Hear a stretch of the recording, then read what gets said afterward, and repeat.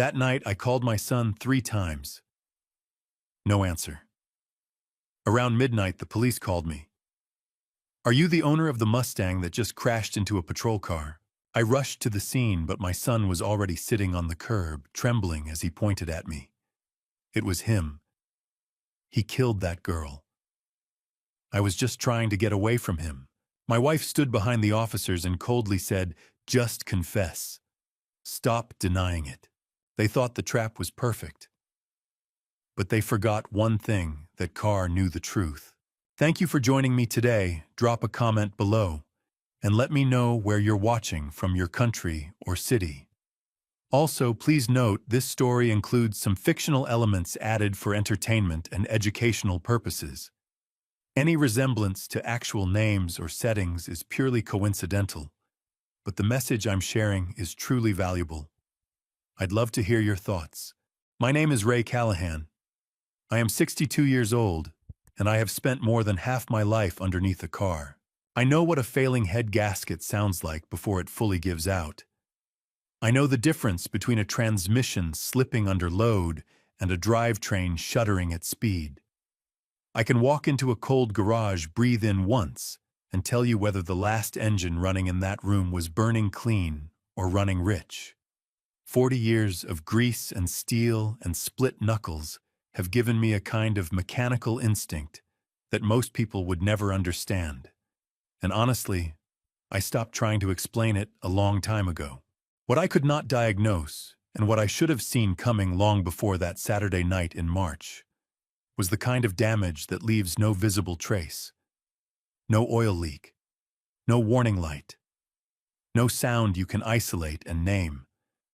Just a slow rot happening somewhere deep in the structure, invisible, until the whole thing collapses at once. I was still at the shop at 10:30 that night, finishing a valve cover replacement on a customer's truck that had been sitting on the lift since Thursday. The garage was quiet the way I liked it, just the hum of the overhead fluorescents and the occasional tick of cooling metal. I had turned 62 the previous October, and my lower back made sure I knew it by the end of every long day, but I had never once considered cutting my hours short. This place was mine. I had built it from a leased bay and a second-hand toolbox in 1993, and 32 years later it still had my name on the sign out front. When I finished the job, I wiped my hands on a shop rag, killed the bay lights one by one, and walked out through the side door to the back lot where I always parked the Mustang. The space was empty. I stood there for a long moment, not moving, just looking at the dark rectangle of asphalt where she should have been. My 1969 Ford Mustang Fastback, built from a bare shell, hand-fitted, race-tuned, and driven to 4 regional finishes before I hung up my helmet for good. She was not just a car. She was the best and most honest thing I had ever made with my own hands, and she had been sitting in that exact spot every night for the past 11 years. I went back inside and pulled up the GPS tracking software on the office computer. The signal from the module I had installed was showing her last known position as the lot itself. The timestamp on the final ping read 11:47 p.m. The signal had not faded slowly the way it does when a battery dies. It had cut out clean all at once, like someone had physically pulled the relay from the fuse block. I had installed that module myself. I knew exactly which relay controlled it. And I knew that the only people who had ever spent enough time in this garage to know the same thing were me, my longtime employee, Marcus Webb, and my son Derek, who had grown up in this building and could navigate every corner of it blindfolded. Marcus was home with his family. I knew that without checking. I picked up my phone and called Carol. She answered on the 3rd ring.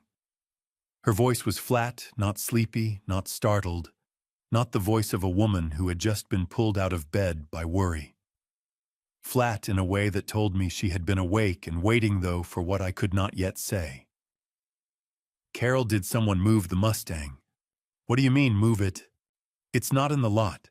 The GPS signal cut out 45 minutes ago." A pause stretched between us. Not the pause of someone thinking, the pause of someone calculating. So maybe you misremember where you parked it. You've been putting in long nights. I have parked that car in the same spot for 11 years, Carol. I kept my voice level with some effort. Is Derek home? He went out earlier. I'm not sure where. What time did he leave? Another pause, shorter this time. Around 9, maybe. He didn't say where he was going. I ended the call and tried Derek's cell phone. 4 rings, voicemail. I tried again. Voicemail. On the 3rd attempt, I sat down in my office chair and stared at the dark monitor, letting myself think clearly instead of quickly. The Mustang had a second layer of security beyond the GPS, a kill switch. I had wired myself running on a separate RF signal entirely completely independent of the satellite module. It was the kind of system I had learned about from a fellow racer back in the 90s, the kind of thing you install when you love a vehicle enough to want the final say over it. I could send the cutoff command from my phone, and as long as I was within roughly a quarter mile of the car, the engine would go dead. No override. No workaround, unless you had the emergency bypass code I kept written on a piece of masking tape inside the top drawer of tool cabinet number 1, the drawer that Derek knew as well as his own bedroom. I opened the kill switch application. The RF signal was broadcasting normally. At 11:52 p.m. I pressed the command. Somewhere out in Tucson, if my car was still moving, it had just stopped. I set the phone face down on the desk and sat in the silence of my empty garage, listening to the fluorescent light buzz above me. And I thought about the look on Carol's face the last time Derek had come to dinner. How she had laughed a little too quickly at everything he said. How she had watched him the way you watch something fragile, not with love exactly, but with the careful attention of someone managing a situation. 17 minutes passed. I did not move from that chair. Then my phone rang. Unknown number, Tucson area code. I picked up immediately. Wind. Radio static. The tail end of a siren powering down. Then Derek's voice, tight and slightly breathless, threaded through with something that sounded like crying, but had no real grief behind it. Dad. A pause. There's been an accident. Before I could form a single word, another voice came across the line, professional, close to the receiver, not waiting for permission. Sir, this is Tucson PD. Are you the registered owner of a 1969 Ford Mustang license plate, 7 Tango Charlie 442? I was already on my feet, reaching for my keys off the hook by the door, moving toward the truck, before I had consciously decided to move at all. Yes, I said into the phone. I'm on my way. I did not know in that moment that going there was the single action that would be used against me for the next 8 months of my life. I did not know that the accident scene I was driving toward had been constructed, at least in part, for my arrival. I only knew that my son had called me, and that whatever a father is, he goes. I saw the emergency lights before I turned onto South Kolb Road, blue and red strobes pulsing against the low Arizona sky, throwing sharp shadows across the stucco storefronts that lined the block. I pulled my truck to the curb 100 yards short of the scene. The road was blocked by a second cruiser parked diagonally, and I got out at a run, crossing the distance on foot with my heart working harder than it had in years. The Mustang had hit the rear quarter panel of a Tucson PD cruiser nearly head-on. The front end of my car had collapsed into itself. The hood buckled upward at a sickening angle, steam still rising in a thin white column from the destroyed engine bay. The cruiser had been shoved sideways, its rear wheels lifted completely off the pavement. Broken glass from both vehicles covered a wide arc of asphalt, catching the strobe light in flashes that made the whole scene look like something from a nightmare you keep replaying after you wake up. I stopped for just a second and looked at what was left of 30 years of work. Then I kept moving because my son was sitting on the curb 30 feet away, and that mattered more than the car. Derek had a silver emergency blanket draped around his shoulders, the kind paramedics carry in the trunk. A female paramedic was crouched beside him, asking questions in a low, steady voice. He was answering in short responses, head slightly bowed, hands loose between his knees. He looked shaken, and I registered that with relief that dissolved almost immediately when I reached him and he looked up. I put my hand on his shoulder and crouched down to his level. Derek. Are you hurt? What happened? He met my eyes for a moment. Something moved across his face, controlled quick, a door swinging shut, and then he looked away toward the wreckage. I'm okay, he said. I'm fine. You're fine. I studied his face. Derek, look at me. How did this happen? Why did you take the car?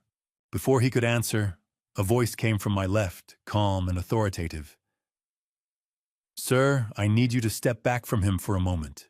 I stood and turned. The officer who had spoken was young, late 20s, lean with the composed manner of someone who had learned early on how to manage a scene without raising his voice. His nameplate read, B. Tate. Officer Ben Tate, I would come to know, was good at his job in the way that made things harder for me that night. Ray Callahan, I said before he could ask. I'm the registered owner, he's my son. Tate wrote something in his notepad. Mr. Callahan, did you give your son permission to operate the vehicle this evening? No, I said. I did not. Tate looked at Derek briefly, then back at me. When did you last see the vehicle? It was in my lot when I started my shift at 2 this afternoon. I discovered it missing around 11:15 tonight when I finished up and went to leave. And you drove here without calling dispatch first. The question landed with a specific weight, and I heard it the way it was meant, not as curiosity, but as documentation. Why didn't you call us? What were you doing in that 40-minute window between 11:15 and now? I called my wife, I said, and my son. Neither one gave me a useful answer. Then I received a call from this location. I paused. I came because he called me. He's my son. Tate made another note. He had the practiced neutrality of a man who was building a picture piece by piece, and he was doing it correctly. I could not fault him for it. I just wished he was building a different picture. 2 other officers were working around the Mustang. I watched the one on the driver's side lean through the open door with a flashlight, scan the interior methodically, and then reach into the door storage compartment along the inside panel. He withdrew something and held it up briefly before setting it into an open evidence bag held by his partner. Even from where I stood, I knew what it was. The snap-on combination wrench part of a limited production 2021 series I had ordered specifically because of the forged alloy composition, one of a set I kept in the locked cabinet in Bay 2. I had never put that wrench in the Mustang. I kept it in the cabinet because it was a precision tool, not a road tool. It had no business being in that car. Mark that wrench, I said loud enough for Tate to hear clearly. It's from my shop. I did not put it in the vehicle. Tate looked at me steadily. We'll document that, Mr. Callahan. He said it the way you say something to a man you have already decided is lying, not dismissively, just with the particular patience of someone who has heard that line before and knows how it ends. I turned back toward Derek, needing to understand something, needing some version of his face that made sense to me. Derek. I kept my voice low, controlled. Tell them. Tell them this is a misunderstanding. Tell them what actually happened tonight. Derek was looking at the ground between his feet. His jaw was set. He did not respond. Derek looked at me. He didn't. Tate and his partner were moving toward me then, and I heard Tate say something quiet to the officer beside him. Not directing it at me, just relaying information, unaware or unconcerned that I was close enough to catch it. Dispatch confirmed the 911 call came in at 2:24. Caller was the son. said the father had been drinking, killed a woman earlier in the evening, and was forcing him to help dispose of evidence. Said he was scared. The words reached me one at a time like blows that come in a sequence you can't brace for because you don't believe the first one is real until the second one lands. My son had called the police. My son had called the police and told them I was a murderer. I looked at Derek one more time. He had lifted his head now, and he was watching me from across the rubble of the car I had loved for 30 years. He was not crying. He was not afraid. He was watching me the way you watch a clock calmly, without feeling, waiting for the hand to reach the position you already know it will reach because you set the mechanism yourself. Officer Tate's hand closed around my arm, firm and practiced. I let him lead me toward the cruiser. I did not fight. I did not shout. I simply looked at my son one last time over my shoulder, searching for something, anything that resembled the boy I had raised. There was nothing there I recognized. And somewhere in the cold, quiet part of my mind that still functioned while the rest of me was breaking, I understood that this was not the beginning of something. This had been building for a long time. The question that would keep me awake in a jail cell for months to come was not how he had done it, but how long he had been planning to. They put me in interview room B at the Tucson Police Department at 4:17 in the morning. The room was small and deliberately uncomfortable.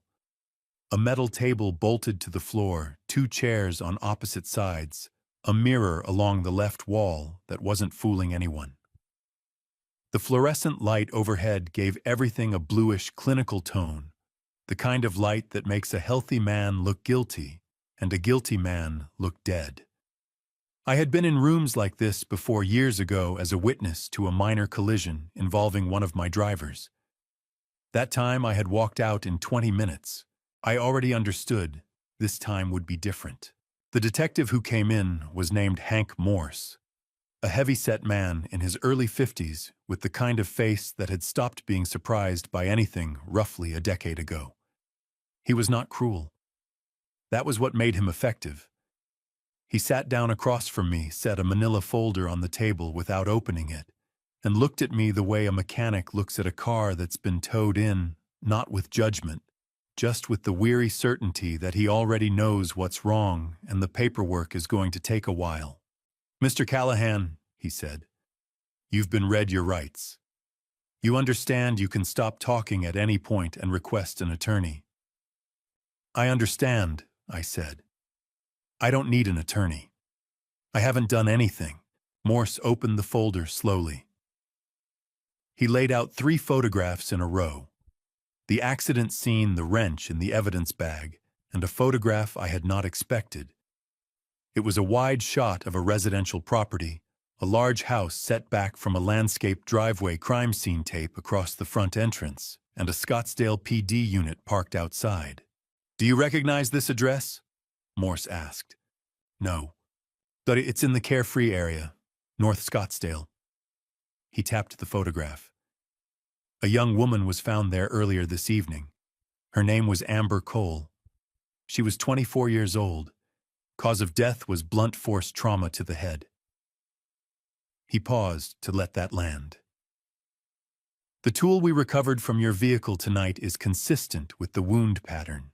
The room went very quiet. I could hear the ventilation system running in the ceiling. "I have never been to that address," I said. "I didn't know Amber Cole. I have not left the garage since 2 o'clock this afternoon." Morse pulled the folder open further and removed a printed sheet, a transcript single-spaced several paragraphs long. He slid it across the table and watched my face as I read it. It was the 911 call. Derek's voice had been transcribed word for word. I read every line twice slowly, the way you read something when part of your brain is refusing to process what the words actually say. "My father has been drinking. He drove to a house tonight, and I think he hurt someone. He made me get in the car with him. I don't know what to do. I'm scared of what he'll do if I try to get out. Please send someone to South Kolb. Please hurry." I set the transcript down on the table and placed both palms flat on the surface and breathed. That is a fabrication, I said. Every sentence of it. Your son sounded genuinely frightened, Mr. Callahan. My son is 28 years old, and he knows exactly how to sound like whatever the moment requires. The words came out harder than I intended. I pulled them back a little. Detective, I can tell you exactly what happened tonight. The Mustang was taken without my permission. I discovered it missing at approximately 11:15. I tried to reach both my wife and my son. When I couldn't, I activated the kill switch on the vehicle. It runs on a separate radio frequency from the GPS system, independent range of about a quarter mile. Then I received a call from the scene and drove there. That is the complete sequence. Morse looked at me. Why didn't you call us when the vehicle went missing? I had asked myself the same question sitting in that office chair at 11:30, and I gave him the honest answer. Because my son's name was the first thing that came to mind. And I wanted to understand what was happening before I made a call that couldn't be taken back. That was a mistake in judgment. I know how it looks. Morse seemed to consider that. Then he pulled out one more item, a photograph of the wrench, close up the dark residue on the head of it, visible even in the low-resolution print. The tool has your name on the purchase registration, he said. It's my wrench. It came from my shop. I did not put it in that car, and whoever did put it there had access to my building. Before Morse could respond, the door behind him opened. I looked up, expecting another detective. It was Carol. She was dressed as if she had taken time getting ready, neat blouse, hair combed back. She did not look like a woman who had been woken by a crisis. She looked like a woman who had been waiting for a particular moment to arrive. She sat in the chair beside Morse, not beside me. That single choice told me everything about the conversation that was coming. Carol, I said, tell him what you know. Tell him about Derek. She looked at the table between her hands. Her expression was composed and carefully empty. Ray, she said quietly, I don't know what happened tonight.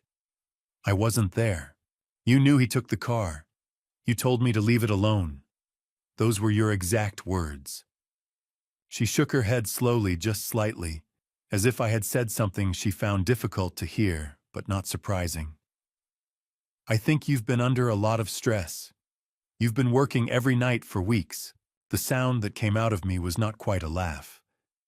You're going to sit in this room and tell a homicide detective that I'm confused about my own wife telling me to stand down while our son had my car. She did not answer.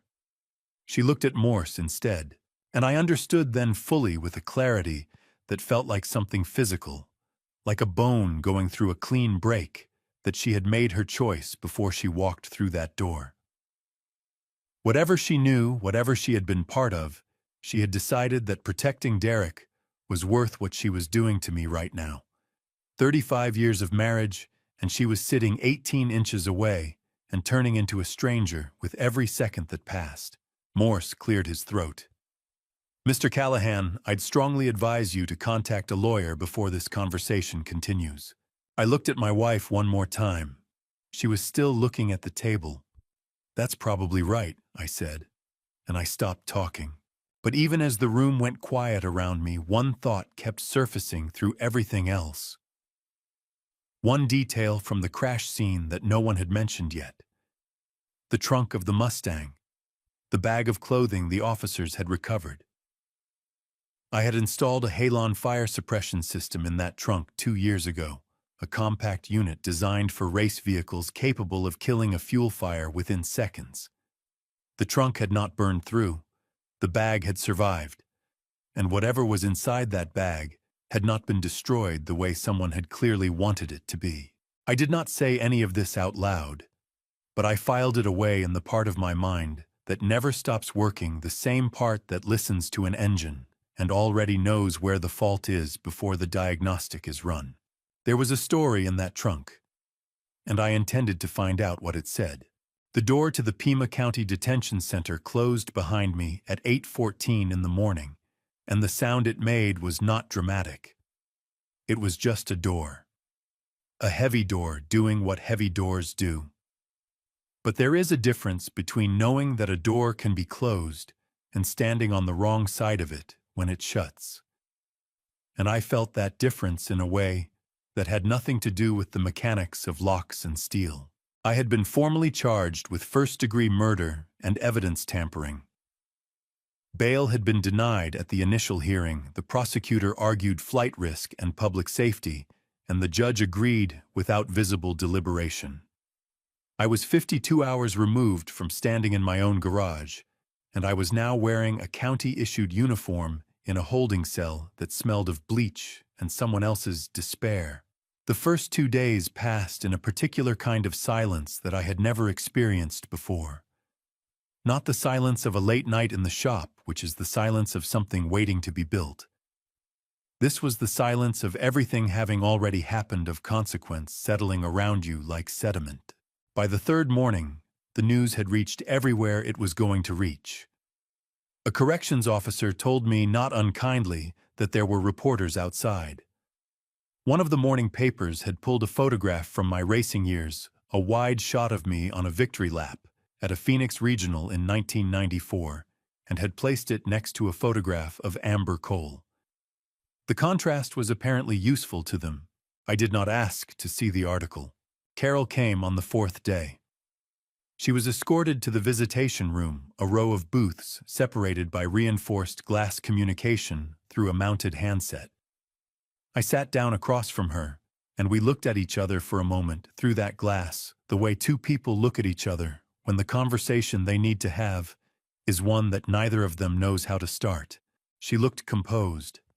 Tired maybe, but composed. She was wearing the gray cardigan she always wore when she was trying to feel in control of something. "They're saying it's going to go to grand jury," she said. "I know," I said. "Ray." She stopped. Started again. "If you cooperate, if you work with the prosecutor and explain what happened that night, they might reduce the charge. That's what Derek's lawyer said." I stared at her through the glass. Derek has a lawyer already. He needed representation. He's a witness. Carol. I kept my voice flat and even. "Our son called 911 and told them I killed a woman. He is not a witness. He is the reason I am sitting in this room." Her jaw tightened slightly. "You don't know what happened that night." "I know what didn't happen. I know I wasn't at that house. I know I didn't touch that girl. And I know that wrench came from my shop, which means someone with access to my shop put it in my car. If you'd like to have an honest conversation about who that someone is, I'm here. But I'm not going to sit across from you and pretend this is a misunderstanding I caused." She was quiet for a long time. "Then, I'm trying to hold this family together, Ray." "There is no family to hold together," I said. "There is only the truth, and there is the story Derek told the police. Those two things cannot both be true at the same time." She set the handset down and left without saying goodbye. I watched her walk out of the visitation room, and I noticed that her step was steady and her shoulders were straight, and I thought about what it meant that a woman could leave her husband in a detention center and still walk that way. It meant she had made her peace with the decision before she arrived. I was still thinking about that when the corrections officer came back to tell me I had another visitor. Marcus Webb had worked for me for 11 years. He had come to Callahan's garage at 24 with a trade school certificate, a battered set of hand-me-down tools, and a mechanical instinct that reminded me of myself at that age. In the years since, he had become the best employee I had ever had, and more quietly, one of the few people I trusted without qualification. He was 35 now, stocky, with the kind of steady calm that comes from having put in enough hours under a car to stop being rattled by things that can't be fixed with a wrench. He sat down across from me and put his hands flat on the counter on his side of the glass. He looked at me directly the way a man looks at you when he wants you to know he sees exactly what he's seeing and isn't going to pretend otherwise. "I've read everything they published," he said. "I don't believe any of it. You might be the only one I said, and then I'll be the only one." He said it without drama, the way he said most things. "Tell me what you need." I told him everything. The GPS relay, the kill switch activation at 11:52. The halon system in the trunk. The wrench from cabinet 2, the bag of clothing the police had recovered. Marcus listened without interrupting, which was one of the things about him that I had always valued. When I finished, he was quiet for a moment. Then he said, "The kill switch log. The activation command that's stored on the app server. It should be. That's a timestamp. That's proof you sent the cutoff from a stationary position. You weren't in the car."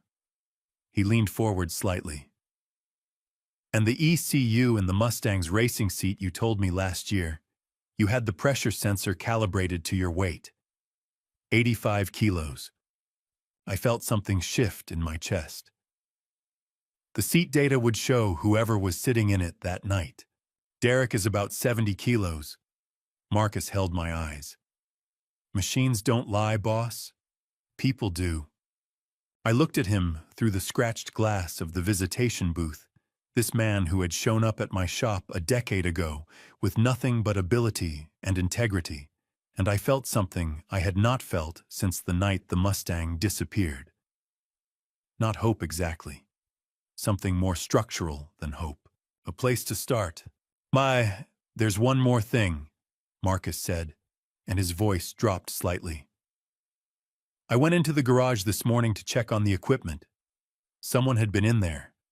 Tool cabinet number 2, the lock had been forced. And the Snap-on series set the limited run from 2021. He paused. "The wrench is gone. The one they found in the car, that's the one. I already knew that. But hearing him say it out loud, hearing the confirmation from someone who had stood in the same room and seen the same empty cabinet, made it real in a different way. Derek had gone into my garage and taken the tool he would later use or allow to be used, and then place in my car before the night was over. This was not a crime of impulse. This had been assembled piece by piece the way you assemble a machine, with patience, with foresight, and with the cold understanding of exactly how it would run when you finally switched it on. The question I could not yet answer, the question that would drive everything that came next, was how far back the planning went, and whether the person I loved most was the only one who had been building it. The holding cell smelled like bleach and old fear. Not the sharp kind of fear that hits you when a car spins out at 110 miles per hour. I knew that fear had lived inside it for 30 years on the track and come out the other side with nothing worse than a scar above my left eyebrow. This was the dull, grinding kind. The kind that settles into your shoulders at 2 in the morning and is still there when the fluorescent lights flicker back on at 6. Maricopa County Jail had a particular quality of silence at night, not peaceful but compressed, like the air itself was being held hostage. 11 days. That was how long I had been inside, sitting on a metal bunk, staring at a ceiling the color of old teeth, wearing a paper wristband with a case number stamped on it, like I was a piece of misplaced inventory. The charge sheet read, "Obstruction of justice and filing a false police report." Derek's legal team had moved with a speed and precision that made my stomach turn every time I thought about it. A 28-year-old kid who had spent the better part of his 20s avoiding anything that required sustained effort, suddenly backed by a legal machine running interference like a Formula One pit crew. Someone was funding that. Someone with money and a reason to keep Derek insulated from consequence. I just didn't have the name yet. On the morning of March 21st, the visitation room door opened, and a woman walked in that I had never seen before. She was around 45, with the kind of posture that comes from spending 2 decades standing in front of judges without flinching. Charcoal blazer, plain white shirt, no jewelry except a slim silver watch on her left wrist. She set a leather folder on the table, pulled out the chair across from me, and sat down with the unhurried confidence of someone who had already decided the outcome before she walked through the door. "Grace Norris," she said, extending her hand. "Criminal defense. Marcus Webb called me 6 days ago. He said you'd be too proud to ask for help yourself." I shook her hand. "He's not wrong. He also told me you built every security system in that garage with your own hands." She uncapped a pen and opened the folder. "That matters more than you think. Tell me everything start from the moment the GPS signal went dark." So I did. I told her about 11:47 p.m. on March 15th, the way the tracking app on my phone simply stopped updating the cursor frozen over the intersection of Campbell Avenue and Glen Street, like a held breath. I told her about the RF kill switch. I had built myself a custom unit, because standard remote systems were too easy to exploit with relay amplifiers, and I had watched 2 neighboring shops lose vehicles to exactly that method. I told her about calling Carol and getting a voice so flat and rehearsed, it made my jaw tighten. About Derek's phone rolling straight to voicemail. About activating the kill switch at 11:52 p.m., and then getting the call from the scene Derek's voice controlled in a way no genuinely panicked person's voice ever manages to be. I told her about the wrench, about Officer Ben Tate crouching beside the passenger door and pulling it from the floorboard like he was extracting a confession. About standing at the crash site in the dark, watching my son look at me with eyes that had already run the calculation and liked the result. Grace wrote without interrupting. When I finished, she didn't offer reassurance or sympathy. She simply looked up from her notes and said, "Good. Now let me show you what Marcus found." She reached into the leather folder and produced a sealed, labeled evidence bag. Inside was a clump of reddish-orange clay mud, the kind specific to the mineral-heavy runoff corridors of the Sonoran Desert, where iron-rich sediment bleeds through the rock after rain and stains everything it touches. She placed it on the table between us with the deliberate care of someone presenting a key piece of a puzzle they had been assembling for days. "Marcus pulled this from the undercarriage of your Mustang before the impound lot restricted access," she said.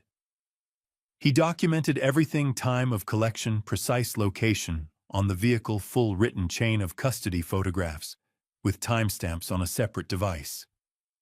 He followed independent evidence collection procedure to the letter, which means this bag has a paper trail that any prosecutor will have difficulty challenging." She let that sit for a moment. "This soil is from the Carefree Highway corridor, specifically from the unpaved access road that runs behind Preston Holt's private property out in Cave Creek. That road does not appear on any logical route between your garage and the crash site on Route 77. There is no incidental reason for that mud to be under your car."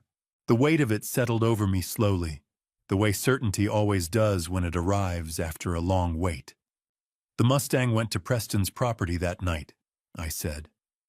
"Before the crash." "Before the crash," Grace confirmed. "I have already reached out to a forensic geologist at the University of Arizona. The mineral composition of this sample is distinctive enough to be mapped to that specific road with a high degree of scientific confidence. If the lab confirms the match, we have independent physical evidence placing your vehicle at Preston Holt's property on the night of March 15th, evidence that stands entirely on its own without relying on your credibility as a witness." I stared at that bag of red-orange earth, at the dried, crumbling soil that had clung to the belly of my car through an impound lot, and a crime scene, and 11 days of silence waiting for the right person to notice it. "Hi, chum. There's something else," Grace said. Her tone didn't change, but something in her eyes did a careful tightening the way a person looks when they're about to hand you information they haven't fully processed themselves. "Marcus inspected your Halon fire suppression system, the unit you installed for track use designed to discharge suppressant if it detects heat signatures consistent with an engine fire. He found evidence of a partial discharge, not a full trigger. Just enough to release a trace amount of chemical agent into the rear wheel well area. I sat up straighter. That's exactly where you'd reach if you wanted to access the brake line without triggering the full system alarm.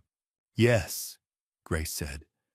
Someone worked on that car while the halon system was live. They were careful enough to avoid a full discharge, but not careful enough to eliminate the chemical trace that a partial activation leaves behind. She set her pen down and folded her hands. Ray, I need you to understand what we are constructing here. Each piece individually is arguable, but together the soil, the halon residue, the kill switch log, they form a pattern. And patterns are what juries remember. For the first time since March 15th, I felt something other than the slow grind of helplessness. It wasn't hope exactly. It was colder and more focused than hope. It was the feeling I used to get on the starting grid when I had done everything right in the garage, checked every bolt, balanced every tire, and all that was left was to drive. Then Grace picked up the folder and held it without opening it. She was quiet for just long enough that I knew what came next was going to be different. There's one more thing, she said carefully. The kill switch receiver in your garage logged 2 RF signals on the night of March 15th. The first arrived at 11:49 p.m., a frequency that was not yours attempting to interface with your system. Your activation signal came in at 11:52 p.m. and overrode it. She met my eyes. Someone tried to take control of your car before you did, and they transmitted from close range. The room went still. Whoever had taken my Mustang hadn't acted on impulse. They had come prepared with technology built specifically to counter the one system I had trusted most. This wasn't rage. This wasn't opportunity. This was engineered, planned, deliberate, and somewhere out there, the person who had engineered it was still walking free, while I had spent 11 days staring at a jail cell ceiling, wondering where I went wrong. I looked at Grace and asked the only question that mattered in that moment. Who else knew that kill switch existed? She didn't answer right away. The silence that followed told me she had already been sitting with that exact question, and that the answer she was forming was one she wasn't ready to say out loud yet. Grace secured my release on bail on the evening of April 2nd. By 7 the next morning, I was standing in the back room of Callahan Garage for the first time in 18 days, the small climate-controlled space I had converted years ago to house the shop's security server and ECU diagnostic archive. The room hummed with cooling fans and smelled like cold electronics and the faint residue of motor oil that drifted in from the main bay through the ventilation gap under the door. Marcus was already there. Seated in front of 2 monitors, a coffee cup at his elbow, a legal pad filled with handwritten notes beside the keyboard.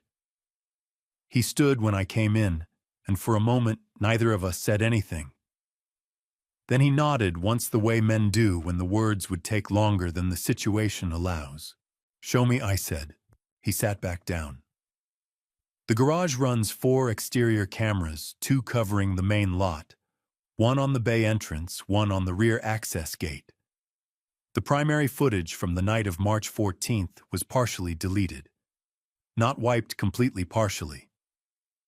Whoever did it had access to the primary recording directory, but they didn't know about the backup mirror drive I set up 8 months ago on a separate physical unit. It's air-gapped, no network connection, no remote access possible. They couldn't reach it, because they didn't know it was there. He pulled up the first file. The left monitor filled with security footage, grainy but functional, the timestamp sharp in the upper left corner. March 14th, 2025. 9:41 p.m. The rear access gate swung open. A figure entered, lean, dressed in dark clothing, moving with the unhurried ease of someone entirely comfortable in the space. Not searching, not hesitant. Familiar. The figure crossed the lot, disappeared into the main bay, and emerged again 14 minutes later. Walked back through the gate and pulled it closed behind him. Marcus paused the footage and zoomed toward the frame just before the figure turned from the camera. I didn't need the zoom. I had recognized the walk before Marcus touched the mouse. 28 years of watching that particular way of moving, first as a small boy crossing a driveway in the morning, then as a teenager who believed confidence was a substitute for effort. Then, as a young man who had quietly decided that everything his father built was beneath him. Derek, he was here the night before, I said. My voice came out level because I needed it to. If I let the full weight of what I was seeing hit me all at once, I would stop being useful.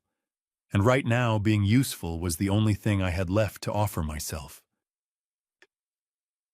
14 minutes in the main bay, Marcus said. That's enough time if you came prepared and knew exactly where you were going. He reached into the parts cabinet beside the server rack and set something on the desk. A small circuit board no larger than a deck of playing cards with a stripped wire lead on one end and two surface-mounted components on the other. I found this taped behind the rear seat brace during the undercarriage inspection. It's a programmable RF emitter. The components are available off the shelf, but the assembly is custom. Someone built this specifically to mirror and override your kill switch frequency at a pre-programmed time. I picked it up, turned it over in my hands. Felt the surprising lightness of it, a thing this small, carrying this much consequence. This is what sent the competing signal at 11:49 p.m. I said. Yes. It was pre-programmed to broadcast at a frequency that would interfere with your remote activation, either prevent you from triggering the kill switch at all, or create a false activation log that would look like operator error on your end. The system wasn't sophisticated enough to fully override your unit, which is why your signal at 11:52 still connected. But the attempt is logged. Marcus pulled up the second monitor columns of ECU diagnostic data timestamps running down the screen in clean machine-generated rows. That's not the only thing the car recorded. He pointed to a specific cluster of entries. Your Mustang's ECU logs seat sensor weight data every time the ignition is cycled. It's a passive system, runs automatically as part of the airbag calibration protocol. On the night of March 15th, between 11:34 p.m. and 12:09 a.m., the seat sensor recorded a continuous driver weight between 168 and 172 pounds. Grace, who had been standing against the far wall with her arms folded and her eyes moving steadily between the two monitors, spoke without looking away from the screen. "Ray, what do you weigh?" 210, I said. And Derek, I already knew. I had known since the moment Marcus said the number. Around 170, the ECU log sat on the screen. Columns of data that had no motive, no loyalty, and no capacity for deception. Numbers recorded by a machine in the dark on a road while my car was being used to destroy me. Grace stepped forward and unfolded her arms. Individually, every one of these elements can be challenged by defense counsel. The footage is grainy, the weight data carries a margin of error, the emitter could theoretically have been planted after the fact. That is exactly why we do not present them individually. She looked at me directly. We present a corroborating chain. The soil places the car at Preston Holt's property. The halon residue places someone working near the brake line. The backup footage places Derek in this garage the night before. The ECU data places a 170-pound driver behind the wheel during the incident window. And the RF emitter accounts for the competing signal in the kill switch log. She paused. Each piece supports the next. A jury doesn't need certainty from any single element, they need to see a pattern that only resolves one way. I set the circuit board back down on the desk. My hands were steady. I had learned on tracks where the margin between finishing and not finishing was measured in fractions of a second, that the moment your hands begin to shake is the moment you have already lost. "Can we identify who built that emitter?" I asked. "Trace the components, the assembly style, anything." Marcus opened his mouth to answer. Grace's phone buzzed against the metal desk. She picked it up, read the screen, and I watched something shift in her expression, a small, controlled tightening around the eyes that only appears when information arrives, before you're ready to evaluate its implications. "It's Detective Hank Morse," she said, setting the phone down slowly. "He's requesting a meeting tonight. He says his team ran a second sweep of the crash site on Route 77 and recovered something that was not included in the original evidence report." She looked up and met my eyes across the desk. "He didn't say what it was. She didn't speculate, neither did I. But standing there in my own server room, surrounded by data that was building a case for my innocence brick by careful brick, I felt the unmistakable cold certainty that whatever Hank Morse had pulled from that roadside was going to shift everything we had just assembled one way or the other. The only question left was which direction it would fall.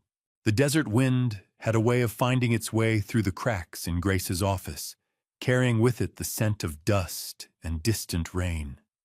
It was April 15th, 2025, and I sat in the leather chair opposite her desk, the one that had become my second home over the past few weeks. The case was eating at me, gnawing at the edges of my sleep. Derek's blood on that wrench, it wasn't just evidence. It was a ghost that refused to stay buried. Grace looked up from her notes as a knock sounded at the door. "Come in," she called. Detective Hank Morse stepped into the room, and the air shifted. He was 51 but carried the weight of 24 years in Tucson homicide, like a second skin. Broad through the shoulders, close-cropped gray hair, and eyes that missed nothing. He had a habit of watching your hands when you spoke, not your face, a habit Grace had warned me about. He carried a manila folder like it contained state secrets. "Detective," Grace said, gesturing to the chair. "Thank you for coming." Morse nodded, his gaze flicking to me for a fraction of a second, before settling on Grace. "Ms. Norris, Mr. Callahan." His voice was gravelly, the kind that came from too many cigarettes and too many late nights at crime scenes. He didn't waste time with pleasantries. He sat, opened the folder, and slid a photograph across the table without a word. Second sweep of the Route 77 crash site turned up something the first team missed. He set his eyes on me. 12 feet from the point of impact in the drainage ditch running alongside the shoulder, wrapped in a piece of shop rag, I picked up the photograph. A wrench. Not just any wrench, a snap-on model with a rubber grip handle the same brand and series as the one Officer Ben Tate had pulled from the Mustang's floorboard on the night of March 15th. But this one had something the first wrench didn't: blood. The lab confirmed human blood on the grip and the lower shaft. Morse continued, his tone flat, professional. "Type O positive. We ran it against the database. It matches a sample from a prior medical intake, Derek Callahan's, from a 2019 emergency room visit." He paused, watching my hands the way Grace had warned me he would. "Your son's blood is on a wrench found at the crash site. The wrench in the car had your prints on it, Mr. Callahan. This one has no identifiable prints at all, wiped clean. But the blood is Derek's." The room stayed quiet for a moment. Grace was already thinking I could see it in the way she held her pen without writing. "How does Derek's blood end up on a wrench at the crash site if he walked away without a scratch?" I asked, my voice barely above a whisper. That," Morse said, "is the question I've been sitting with for 3 days." He leaned back in his chair, the leather creaking under his weight. "The official incident report from the night of March 15th states that Derek Callahan sustained no injuries. Officer Tate's notes confirm no visible wounds during the roadside interaction. No ambulance was called. No medical evaluation was requested. He tapped the photograph. So either that blood was deposited before the crash, meaning the wrench was in the car or on Derek's person when he drove, or someone placed it in that ditch after the fact. Either way, it contradicts the clean narrative Derek's legal team has been building. Grace set her pen down, her expression unreadable. Detective Morse, what is your current read on this case? Morse looked at her for a long moment, his eyes narrowing slightly. Off the record. Off the record? She said, her voice steady. My read is that the first responding team closed the scene too fast. He said, his gaze shifting back to me. Tate's report is thin in places where it shouldn't be thin. I've worked enough crash scenes to know when a site has been managed when the story on the ground is just a little too tidy. He leaned forward, his elbows on the table. I'm not saying your son had help from inside the department. I'm saying the scene was not treated with the care it deserved, and I want to understand why. That landed differently than I expected. Not the way good news lands, more like the way a door opens into a room you weren't sure you wanted to enter. You're looking at Tate. I said the words tasting bitter even as I said them. Morse didn't confirm or deny. He simply closed the folder. What I'm doing is following evidence that was overlooked in a first report. That is standard procedure for a secondary sweep. He stood buttoning his jacket with a practiced motion. What you do with the information I've shared tonight is between you and your attorney. He looked at Grace. I'd expect a formal evidence disclosure request within the week. Make sure your forensic documentation on the soil sample and the ECU data is airtight. The blood on that second wrench is interesting, but interesting alone doesn't move a case. He left without shaking hands. The door clicked shut behind him, and Grace and I sat in the quiet of her office with the photograph still on the table between us. Hi, he's building something, Grace said finally, her voice low. He didn't come here just to share a discovery. He came here to see what we have and decide whether it's worth working parallel to. Is that good? I asked, though I already knew the answer. It means we're not alone, she said, picking up the photograph and studying it. But it also means Morse has his own objective, and it may not align perfectly with ours at every step. She slid the photo back into her copy of the folder. What matters right now is the blood. Derek's blood on a wiped wrench 12 feet from the crash site contradicts every element of his official account. We need to file an independent motion for access to that evidence before the prosecution decides how to characterize it. I nodded, but I wasn't thinking about the wrench anymore. I was thinking about what Morse had said, the scene was too tidy. And I was thinking about the night of March 15th, standing at the crash site in the dark, watching Officer Ben Tate crouch beside the Mustang's open door. How quickly he had found that wrench. How cleanly he had lifted it. Like a man who already knew where to look. I had assumed from the beginning that Derek had acted alone. That the cruelty had been personal, the particular cruelty of a son who had learned to treat his father's generosity as a resource to be extracted. But if Tate had been there from the start, if the scene had been prepared before I even arrived, then this was something larger than a son turning on a father. It was a setup, and I had walked right into it. I drove home that night with the windows down and the desert air moving through the car, and I tried to remember every interaction I had ever watched between Derek and Ben Tate. Every moment that could have been a meeting I hadn't recognized as one. There were more than I wanted to count. The story is about to enter dark corners that even I couldn't have predicted. To let me know you're still riding with Ray Callahan in this fight for justice, drop a 1 in the comments below so I know you're still here. And please note the following story contains some fictional elements crafted for dramatic effect. If that's not your style, feel free to turn off the video right now. 3 days after Morse left Grace's office, Marcus called me at 6 in the morning. I picked up on the second ring. You need to come in, he said. Right now. And bring Grace. What did you find?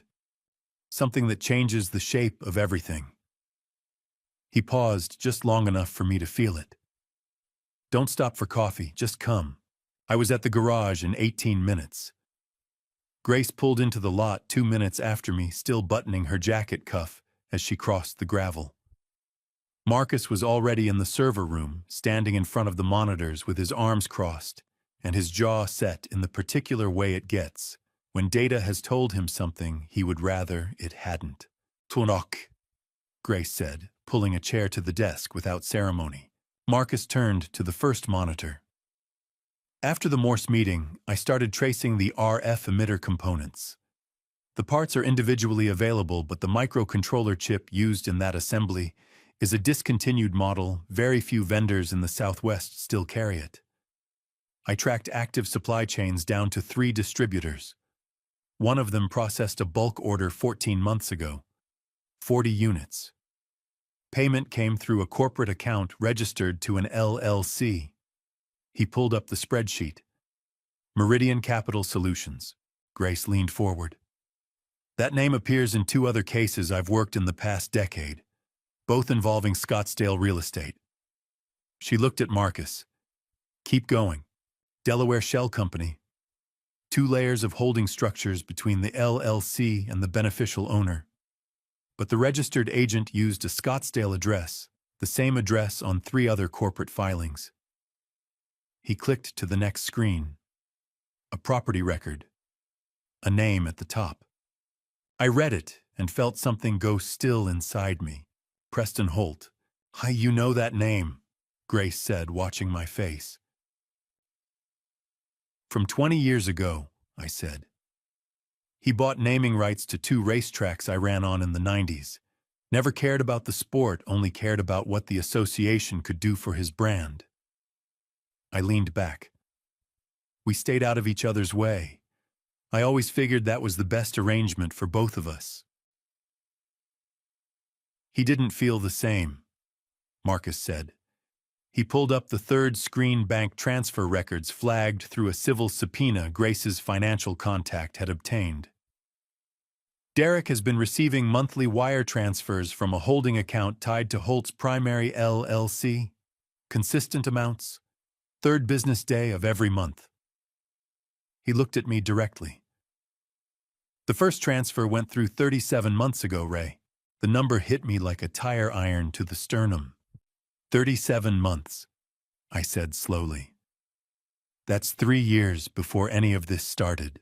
3 years and 1 month, Marcus said. Grace stood and moved to the window, her back to us for a moment. When she turned around, her expression had the focused clarity of someone who had just watched a scattered set of facts lock into formation. Holt didn't react to a situation, she said. He created one. He identified Derek, built a financial relationship with him, and spent 3 years positioning the pieces before anyone touched the board. Why Derek? I asked. Because Derek is your son, Grace said plainly. He had access, he had grievance, and he had a need that money could satisfy. Holt would have seen all 3 of those things inside of 10 minutes. She moved back to the desk. The question is what Holt needed badly enough to run a 3-year operation to get it. Marcus pulled up the final document. A county planning application submitted 8 months ago.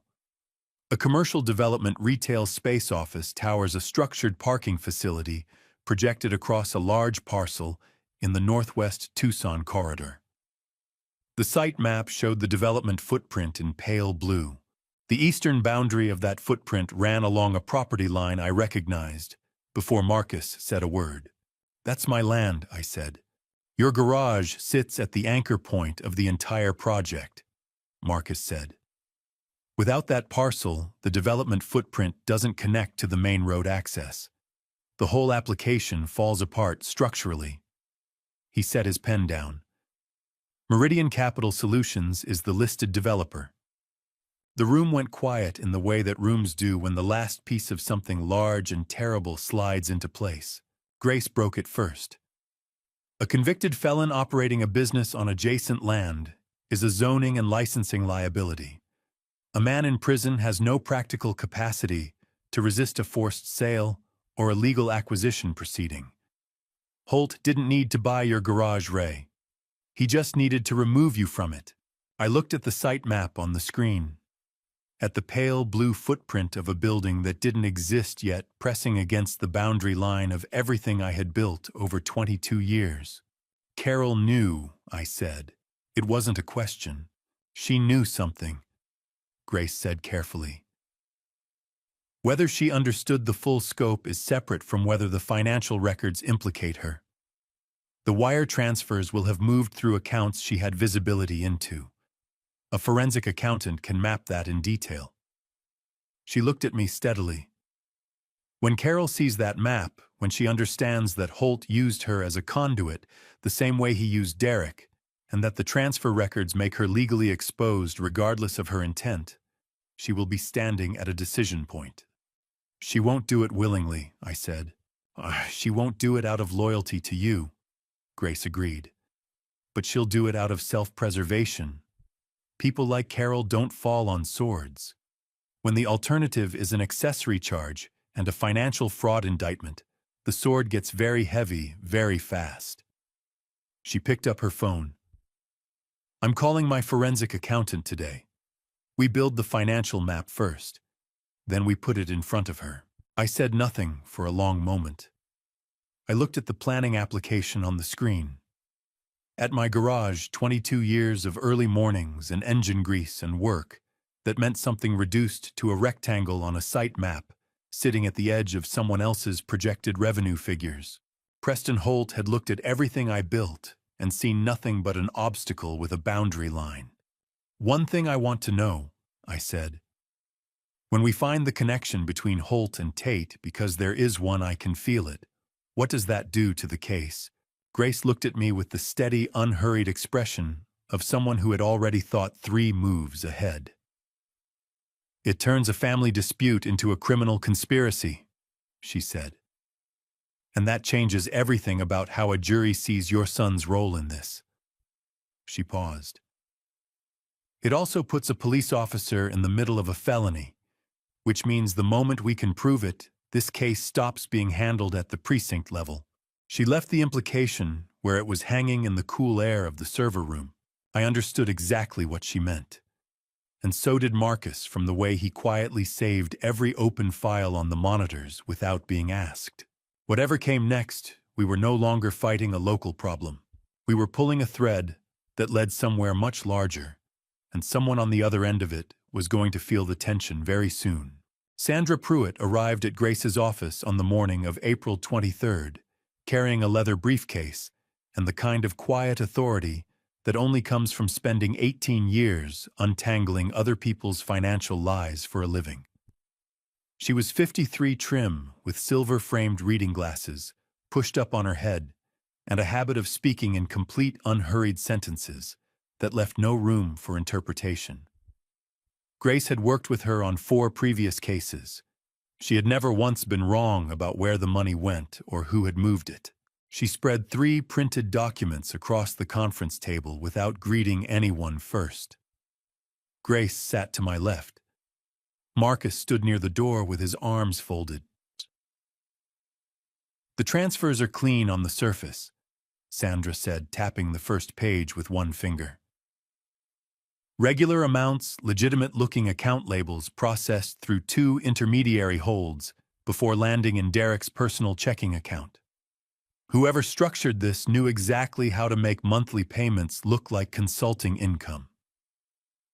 She looked up at me over the rim of her glasses. But consulting income requires a documented contract. Contracts leave paper trails. There is no contract anywhere in this chain.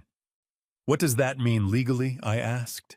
It means the payments are undocumented income. That exposes Derek to tax fraud at minimum unreported income from an unverified source. She tapped the second page. It also exposes whoever authorized the outgoing transfers. That person's electronic signature is on every single authorization. Traceable, time-stamped, and admissible. Grace leaned forward. Preston Holt, Acting through Meridian Capital Solutions, yes. Sandra slid the third document across the table. But here is what I found that you did not ask me to look for. A secondary account. Smaller transfers, different routing structure, same originating LLC. She looked directly at me and her voice didn't soften even slightly. The secondary account belongs to your wife, Mr. Callahan. Carol Callahan has been receiving funds from Meridian Capital Solutions for 22 months. The air in the room shifted the way it does when something you suspected becomes something you know. How much? I asked. My voice came out level because I needed it that way. $41,000 across 19 transfers, Sandra said. The amounts are deliberately irregular, varying between $800 and $3,800 per transfer. Irregular spacing is actually more sophisticated than regular deposits because automated fraud detection systems are calibrated to flag patterns. Someone with knowledge of those systems coached the spacing. Someone coached Carol, I said. Or coached whoever set up the account on her behalf, Sandra said. I cannot determine intent from transaction records alone. What I can determine is that the money moved the account is hers and the source is Meridian. Grace was already on her feet. I want Carol in this office today, before 5 o'clock. She won't come willingly, I said.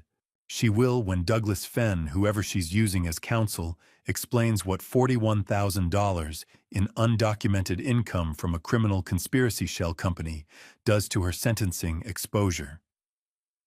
Grace picked up her phone. I'm calling her attorney's office right now. Carol arrived at 4:17 in the afternoon. She came with Douglas Fenn, mid-50s, a man whose practice lived in the comfortable territory of divorce settlements and property line disputes. He looked visibly out of his depth the moment he saw Sandra Pruitt's documents arranged across the conference table. Carol sat directly across from me for the first time since the night of March 15th.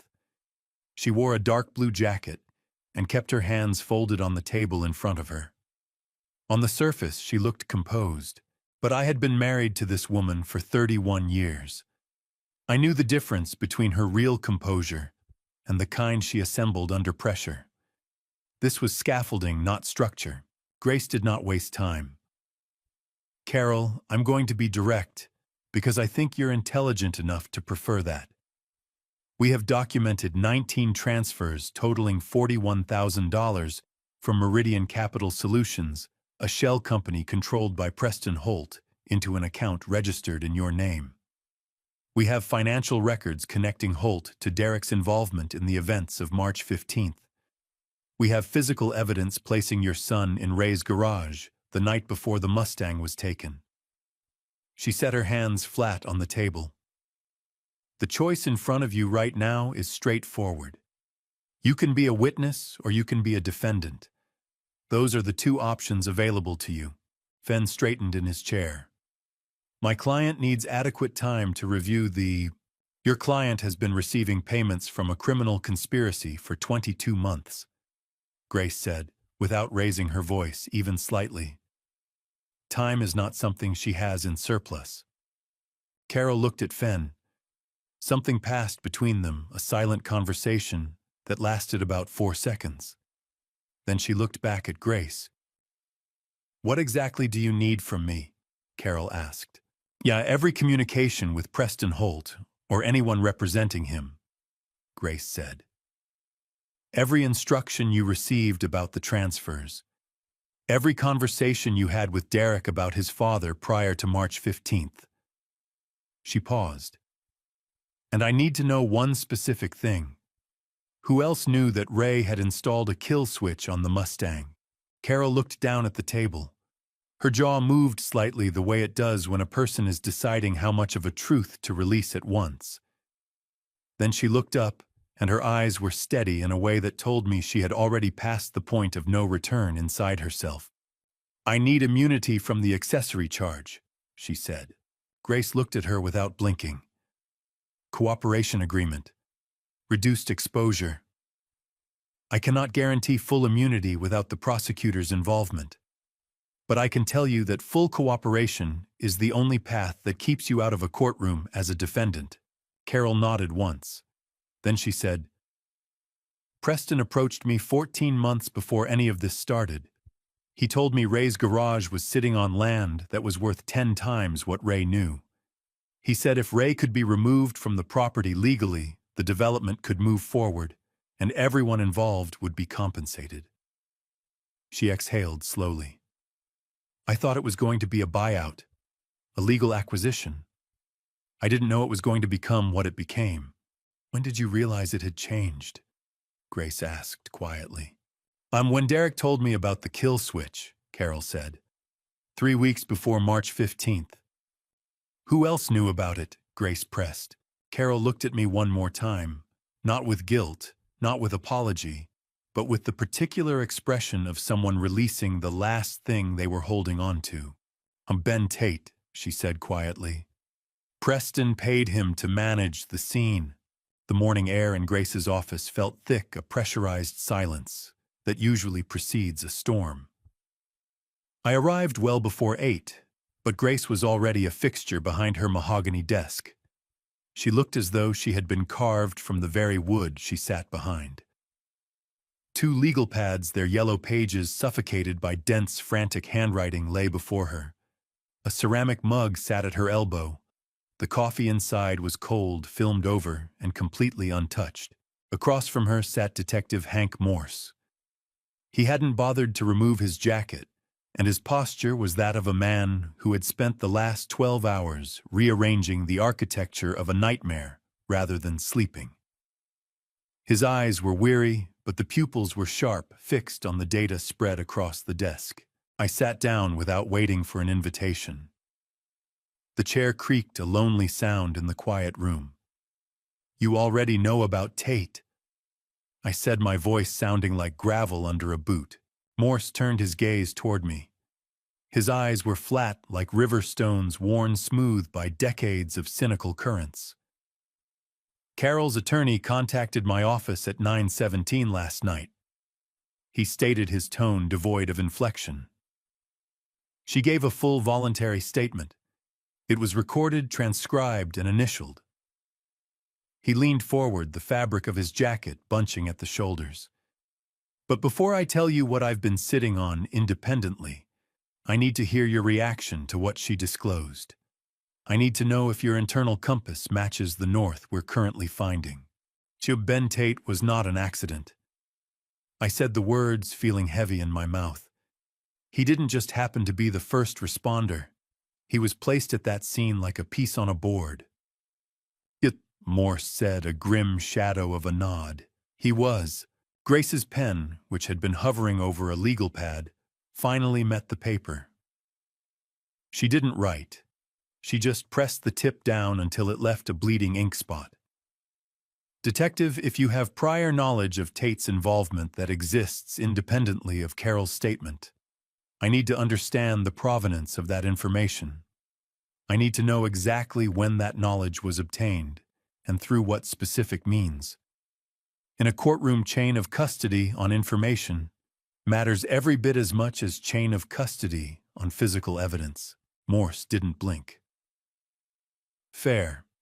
6 weeks ago, an internal affairs review flagged Tate on a minor administrative matter, irregular evidence handling in 2 prior Maricopa County vehicle cases.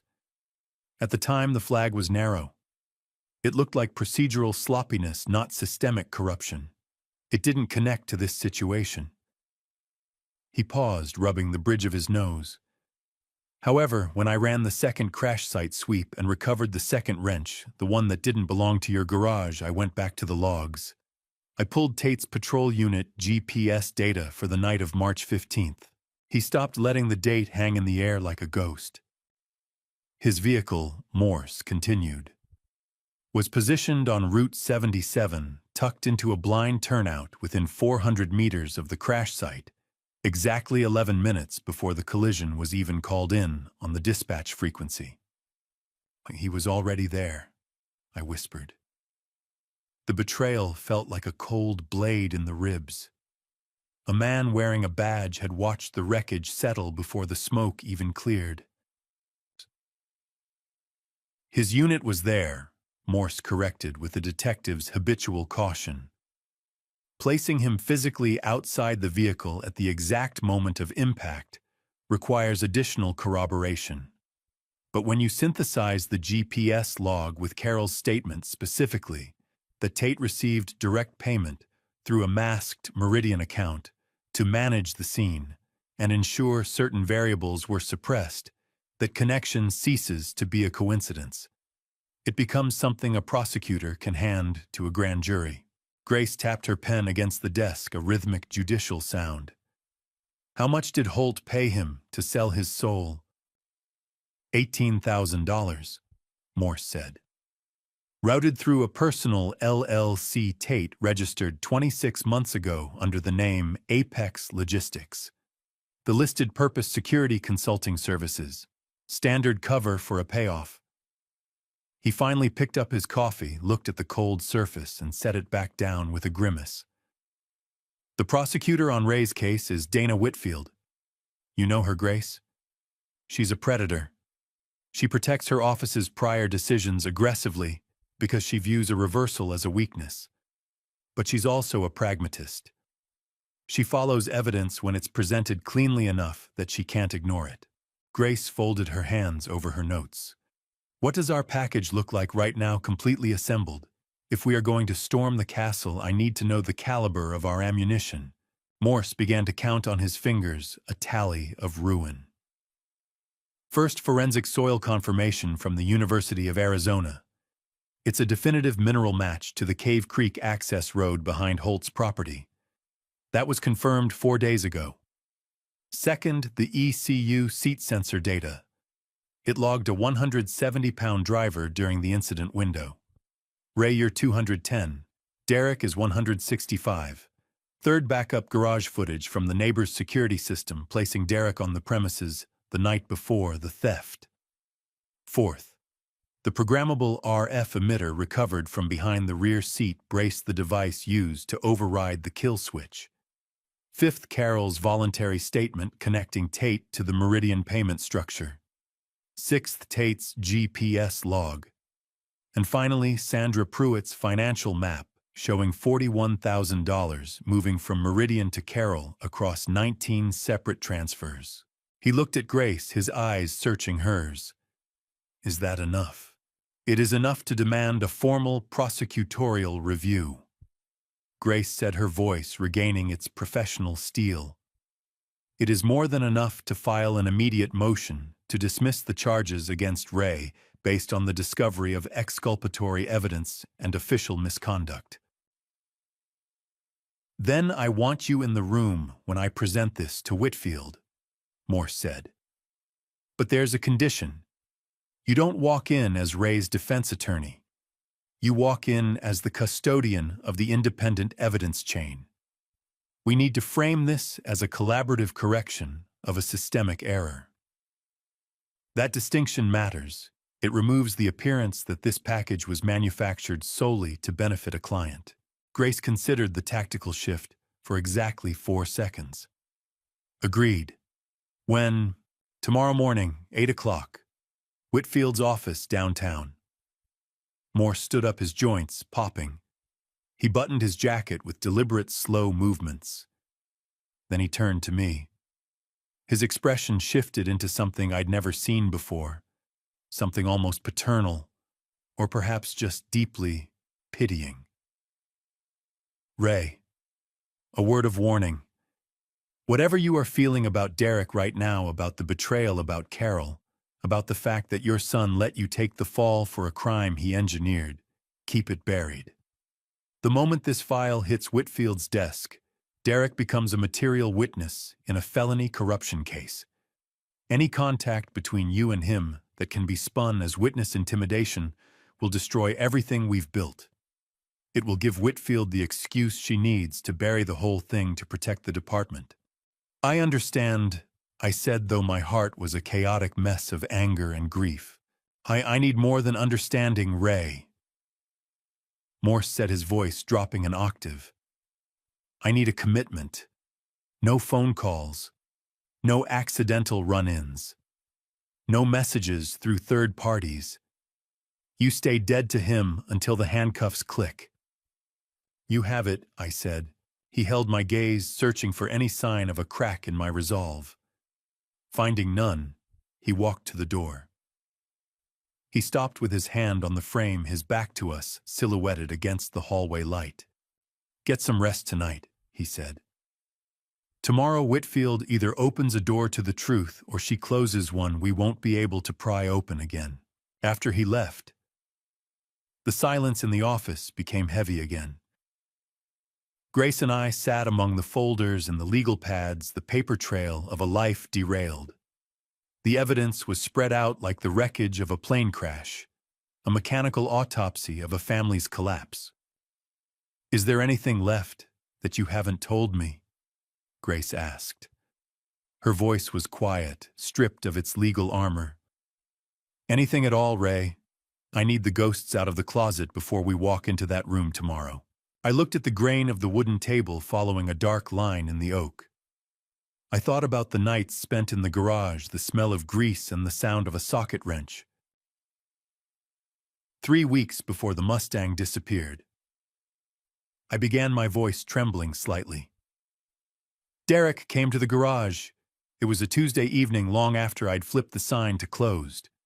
He wasn't there to work. He was just lingering. He asked me one specific question.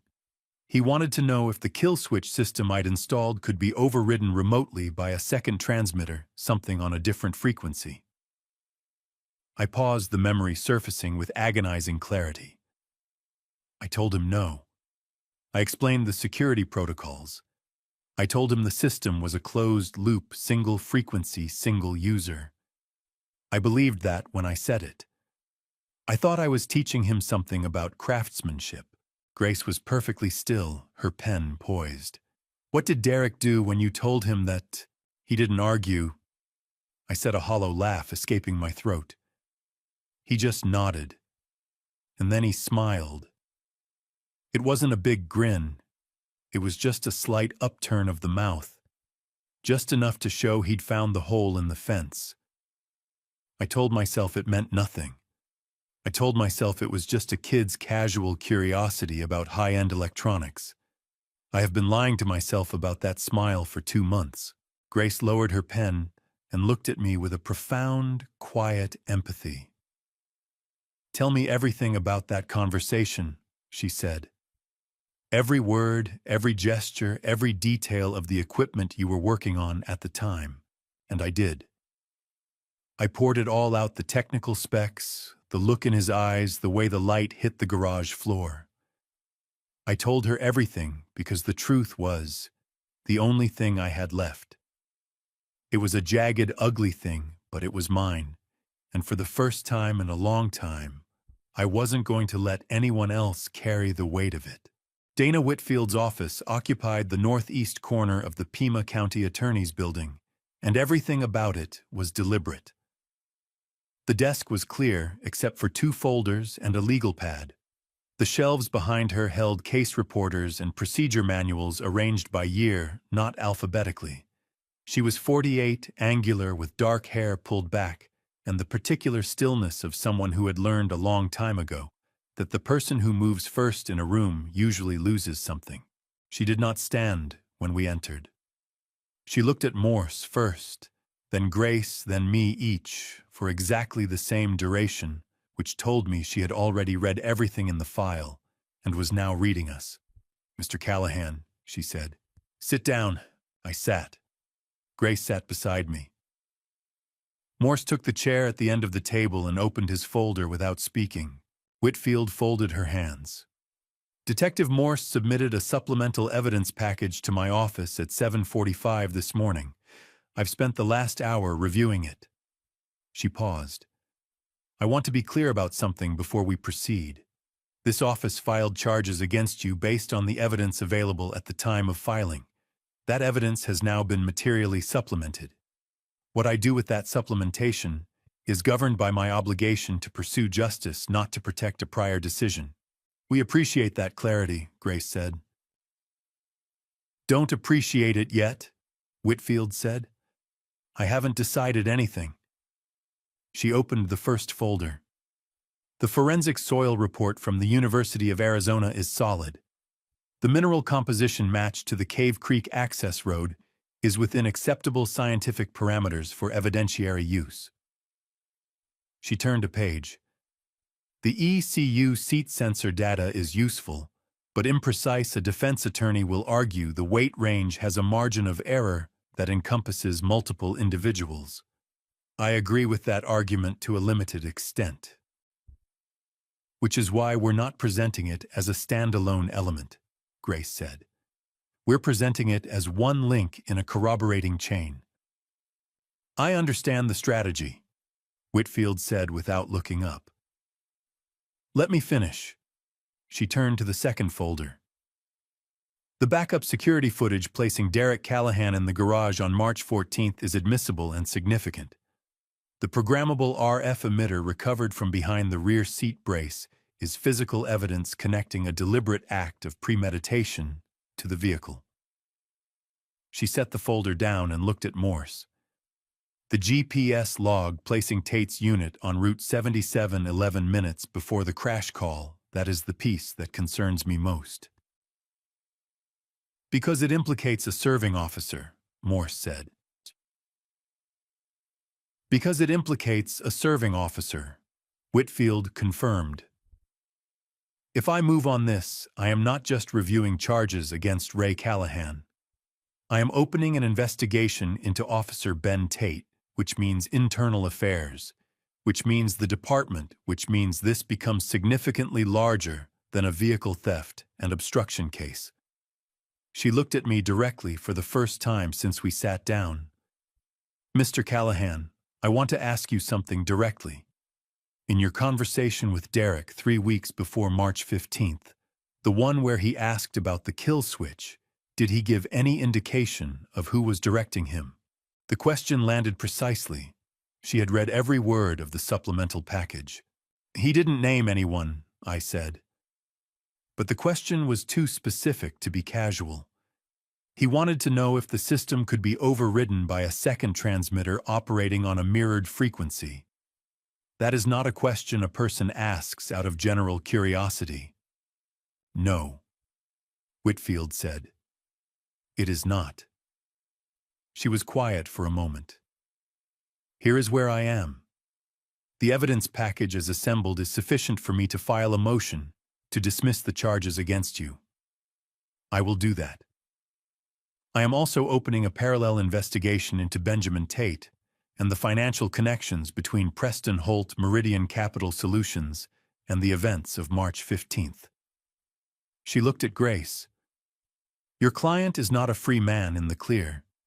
He is a cooperating witness whose continued cooperation is a condition of the dismissal motion.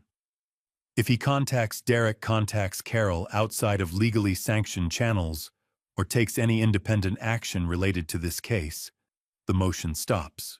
Understood, Grace said. Mr. Callahan. Whitfield pressed. Understood, I said. Whitfield closed both folders and stood.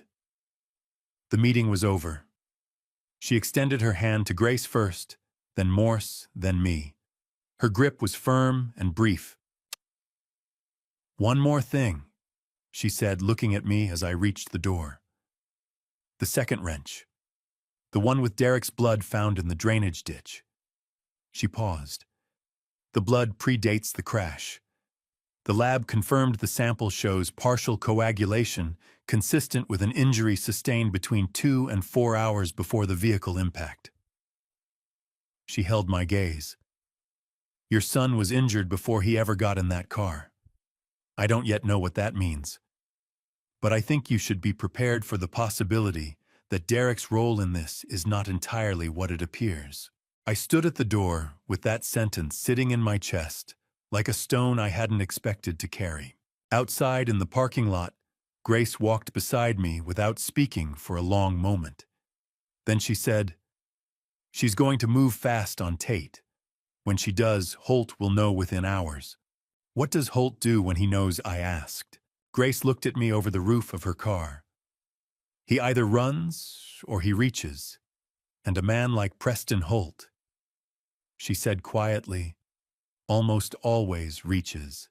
I did not sleep well the night after the Whitfield meeting.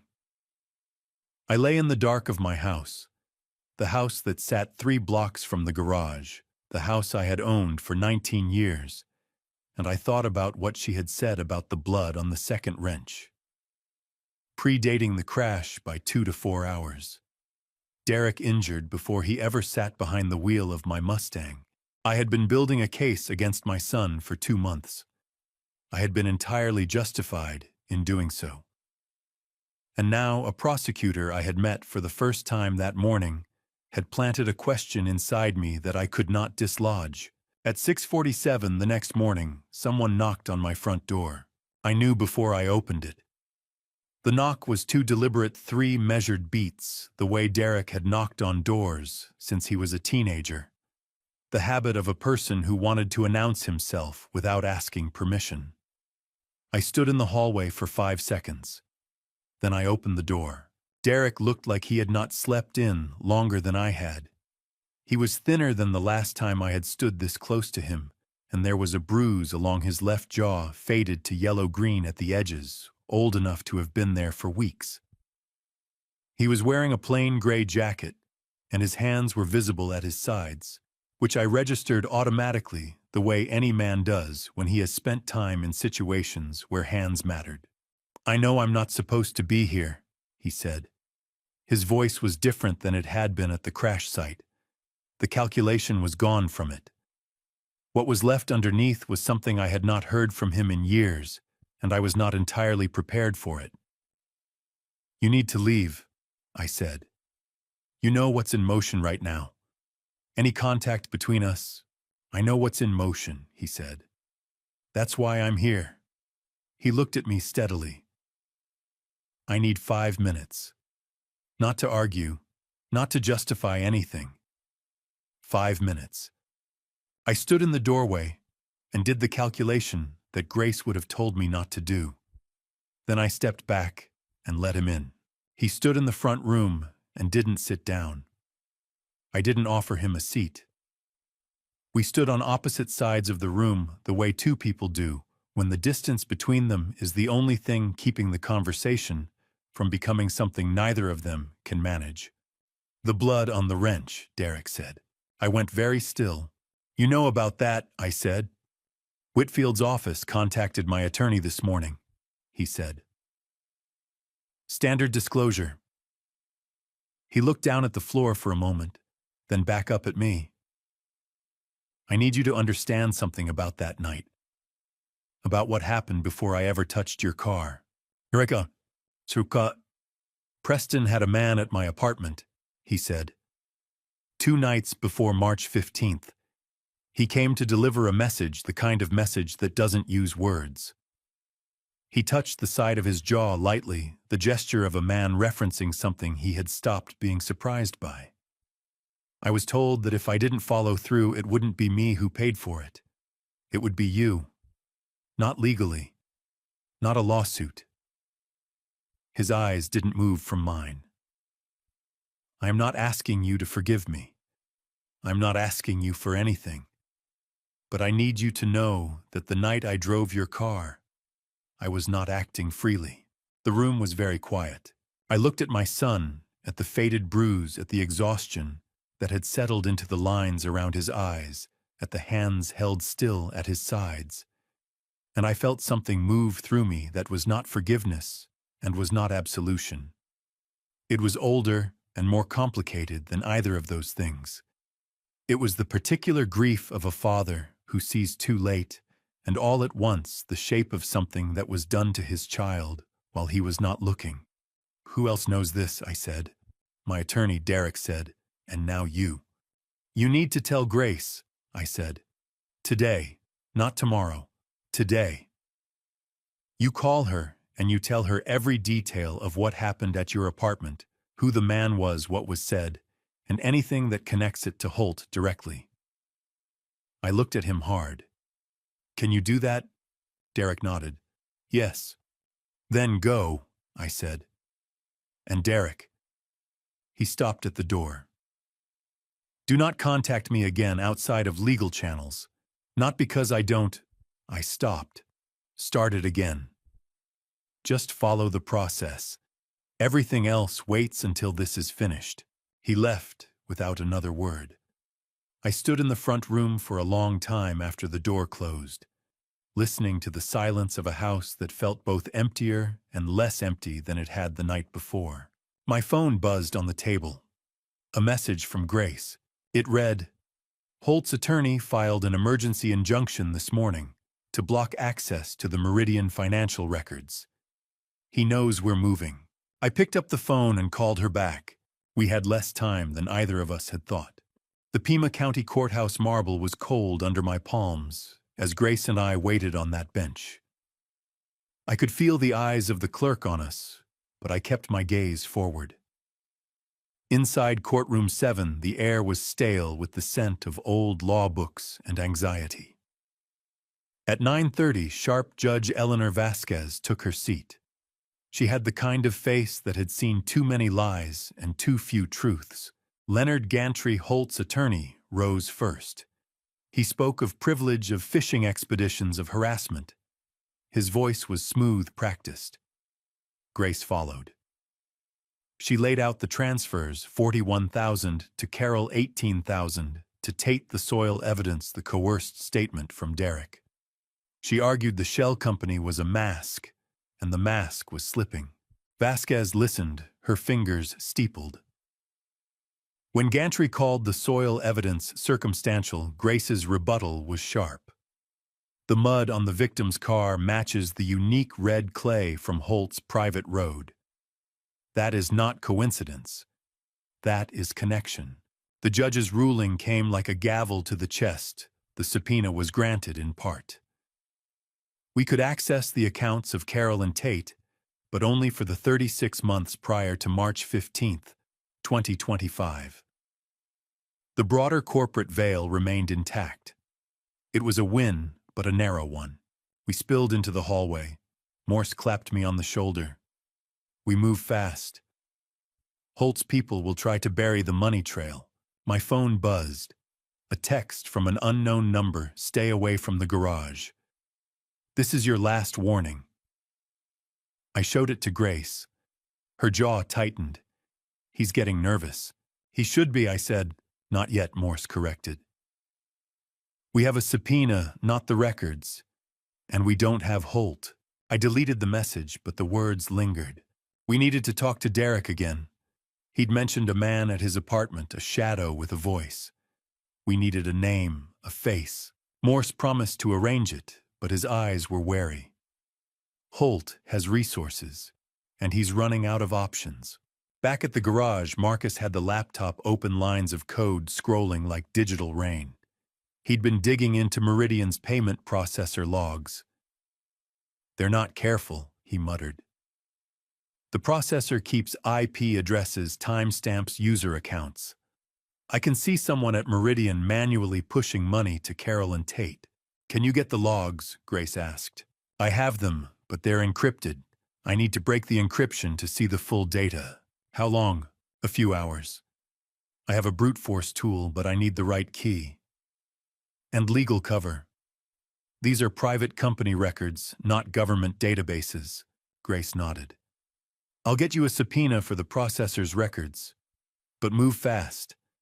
Holt's attorney will claim privilege. She stepped aside to call the prosecutor's office.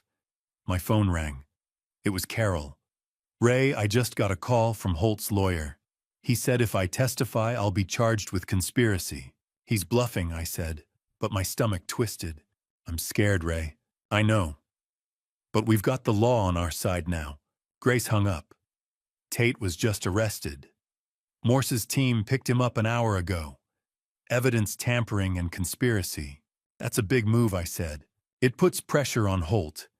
He'll either cut a deal or go after anyone who can implicate him. My phone buzzed again. The same unknown number. You think you're winning, you're just making it worse. Stay out of it. I showed Grace. She exhaled sharply. He's escalating. We need you to testify, Carol. We need you to tell the grand jury everything payments Derek Holt's threats. Carol arrived an hour later, eyes red but jaw set. She told us about Holt's call, the veiled threats. I'll do it, she said. But I'm scared, Ray. Holt's not a man you cross lightly. I know, I said. But we're all in this together now. Grace's phone rang again. She listened, then hung up, her face hardening. Tate's attorney is filing a motion to suppress the arrest. They're arguing it was illegal. Of course they are, I said. They'll do anything to stall. We need to move faster, Grace said, turning to Marcus. How's the decryption? Marcus didn't look up from the screen. I've got a partial break. I can see some transaction logs. There's a pattern of transfers from Meridian to a shell company in Belize, and then from there to a personal account of Holt's. It's money laundering, plain and simple. Can you trace the Belize account? Grace asked. I'm working on it, but it's going to take time, and we don't have much of it. My phone buzzed again. Another text. You're playing with fire, Ray. Walk away now or you'll get burned. I showed it to Grace. He's not going to stop, she said. We need a protective order for Carol, and we need to put pressure on Holt's attorney. Maybe we can get him to flip. Good luck with that, I said. Gantry's not the type to flip. He's in Holt's pocket, maybe Grace said. But even the most loyal soldiers have their breaking point. Just then, Morse walked in, looking grim. We've got a problem. Holt's attorney just filed an emergency motion to dismiss the entire case. He's arguing that the subpoena is still too broad and that we're harassing his client. When's the hearing? Grace asked. Tomorrow morning. And he's asking for an immediate injunction to stop us from accessing any of the financial records.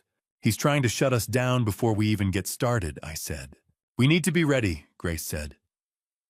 Marcus, keep working. Carol, get your testimony straight. Ray, you need to be at that hearing. This is far from over. The next morning, the courthouse was colder, the silence heavier. We sat on the same bench, but the air felt different, charged like before a storm. Carol was beside me, her hand gripping a small notepad like a lifeline. Grace was reviewing her arguments, her brow furrowed. Morse stood near the door, talking quietly into his phone. At 9:30, Judge Vasquez took her seat. The courtroom filled with the rustle of papers and the low hum of anticipation. Leonard Gantry rose first. Your Honor, the prosecution's subpoena is a blatant overreach. It is a fishing expedition designed to harass my client, Mr. Preston Holt. The requested records are protected by attorney-client privilege and the right to privacy. We ask that the subpoena be quashed and that the case be dismissed with prejudice. Grace stood. Your Honor, the subpoena is narrowly tailored to the accounts of two individuals directly involved in a criminal conspiracy. The evidence we have, bank transfers, soil analysis, a coerced statement, paints a clear picture of fraud, obstruction, and witness tampering. The shell company structure is not a legitimate business. It is a veil for illegal activity. We are not seeking privileged communications. We are seeking transactional records that show the flow of money. And you have evidence of this conspiracy, Vasquez asked. We have bank transfers from Meridian to Carol Callahan, totaling $41,000, and to Officer Benjamin Tate, totaling $18,000, Grace said. We have forensic soil evidence linking the victim's vehicle to Holt's private property. We have a statement from Derek Callahan that he was coerced into participating. And now we have digital evidence tracing money from Meridian to a shell company in Belize, and from there to Holt's personal account. That is money laundering. Gantry stood again. Speculation, Your Honor. The soil evidence is circumstantial. The transfers could be legitimate. The digital evidence is encrypted and not yet admissible, and Mr. Callahan's statement is self-serving. The soil evidence is scientifically verified, Grace countered. The transfers occurred while Officer Tate was on duty and had access to the crime scene. That is not legitimate consulting, and the digital evidence is being decrypted as we speak. We will have the full logs before the grand jury. Judge Vasquez leaned forward. I've read the motions. I find that the prosecution has made a sufficient showing that the records may contain evidence of criminal activity. The subpoena is not overly broad. It is precisely targeted. Therefore, the motion to dismiss is denied. The subpoena stands. However, I will grant a protective order for Carol Callahan given the threats she has received. Mr. Gantry, you will have access to the requested records under the supervision of the court. This hearing is adjourned. The gavel fell. A murmur went through the courtroom. Gantry's face darkened. He gathered his papers and left without a word. We filed out. Morse was waiting. That's a win, he said. But Holt won't take it lying down. Carol let out a breath she'd been holding. I can't believe it. I thought for sure he'd get the case dismissed. He tried, I said. But the truth has a way of coming out. Grace's phone rang. She answered, listened, then hung up, her expression unreadable. That was Marcus. He's broken the encryption. He's got the full logs from the payment processor. And he's traced the Belize account. It's a shell, but it leads to a bank in the Cayman Islands. Holt's name is on the account, but it's layered through 3 other companies. Can we get the Cayman records, I asked. We can try, Grace said. But it'll take time. And Holt knows we're coming. He'll try to move the money. Just then my phone buzzed. Another text from the unknown number. You won this round. But you haven't won the fight. Stay out of it or you'll regret it. I showed it to Grace. He's not done, she said. But we've got him on the run. Carol, you're safe. We've got a protective order, and we've got the digital evidence. We're going to grand jury next week. Carol nodded, but her eyes were still scared. What about Derek? He's still out there. Morse is handling it, Grace said. He's in protective custody. He'll testify. Morse joined us. Derek's statement is solid. He's willing to testify against Holt. And we've got the financial trail. We're building a case for money laundering, fraud, and conspiracy. What about Tate, I asked. He's still in custody. His motion to suppress the arrest is pending. But we've got enough to hold him. And his cooperation could be key. Grace looked at me. We need to talk Ray. Alone. We stepped aside. What is it, I asked. I'm worried about you, she said quietly. Holt's threats are getting more personal. He knows where you live, where you work. You need to be careful. I can take care of myself, I said. I know. But this isn't just about you anymore. It's about Carol, about Derek, about everyone caught in Holt's web. If he's willing to threaten you, he's willing to do worse. I'm not backing down, I said. She put a hand on my arm. I know. Just be smart. We rejoined the group. Marcus was already packing his laptop. I'm going to the office to start drafting the subpoena for the Cayman Bank, he said. I'll need your signature, Grace. I'll be there this afternoon, she said. Carol hugged me. Thank you, Ray, for everything. I'm not done yet, I said. As we left the courthouse, the sun was high and bright, but the air still felt heavy. I looked back at the marble steps at the building that held so many secrets and lies. We had won a battle, but the war was far from over. Holt was still out there, still dangerous, and he wasn't going to stop until he silenced everyone who could implicate him. My phone buzzed one more time. I glanced at the screen. The unknown number again. I almost didn't open it. But I did. The message was simple. It's not over. I'm just getting started. I deleted it, but the words echoed in my mind. Holt wasn't just a businessman. He was a predator. And predators never gave up their prey easily. I looked at Grace, at Carol, at Morse. They were all watching me, waiting.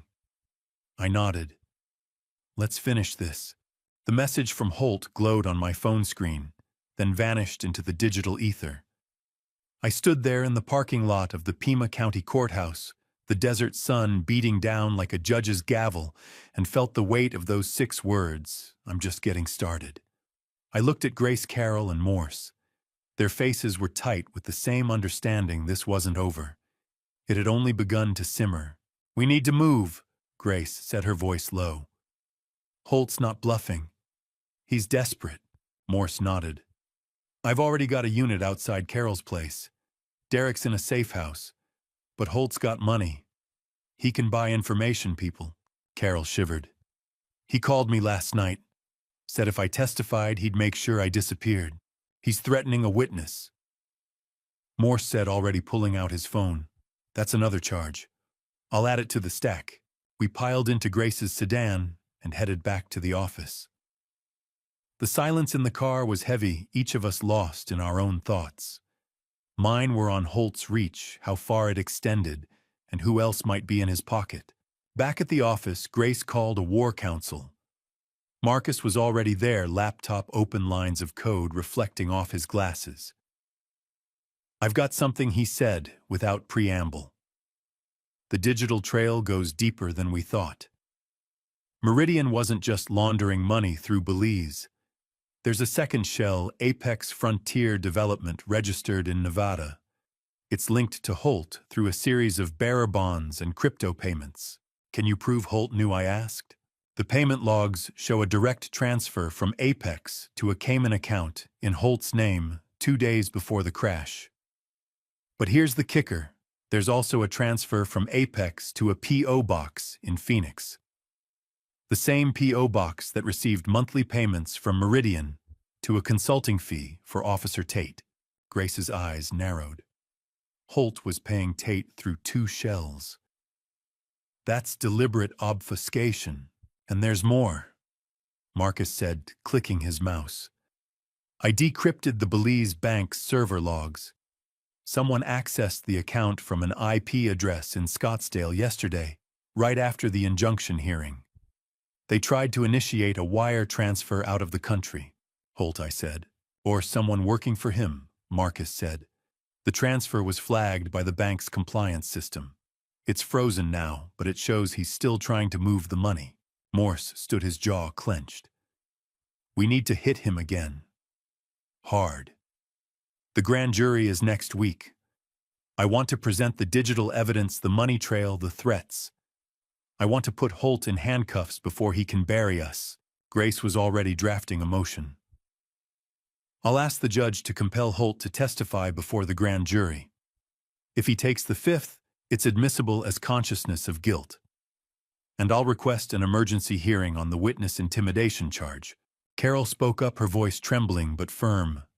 "I'm ready to testify. I want him to see my face when I tell the truth." "You'll have protection," Morse said. 24/7.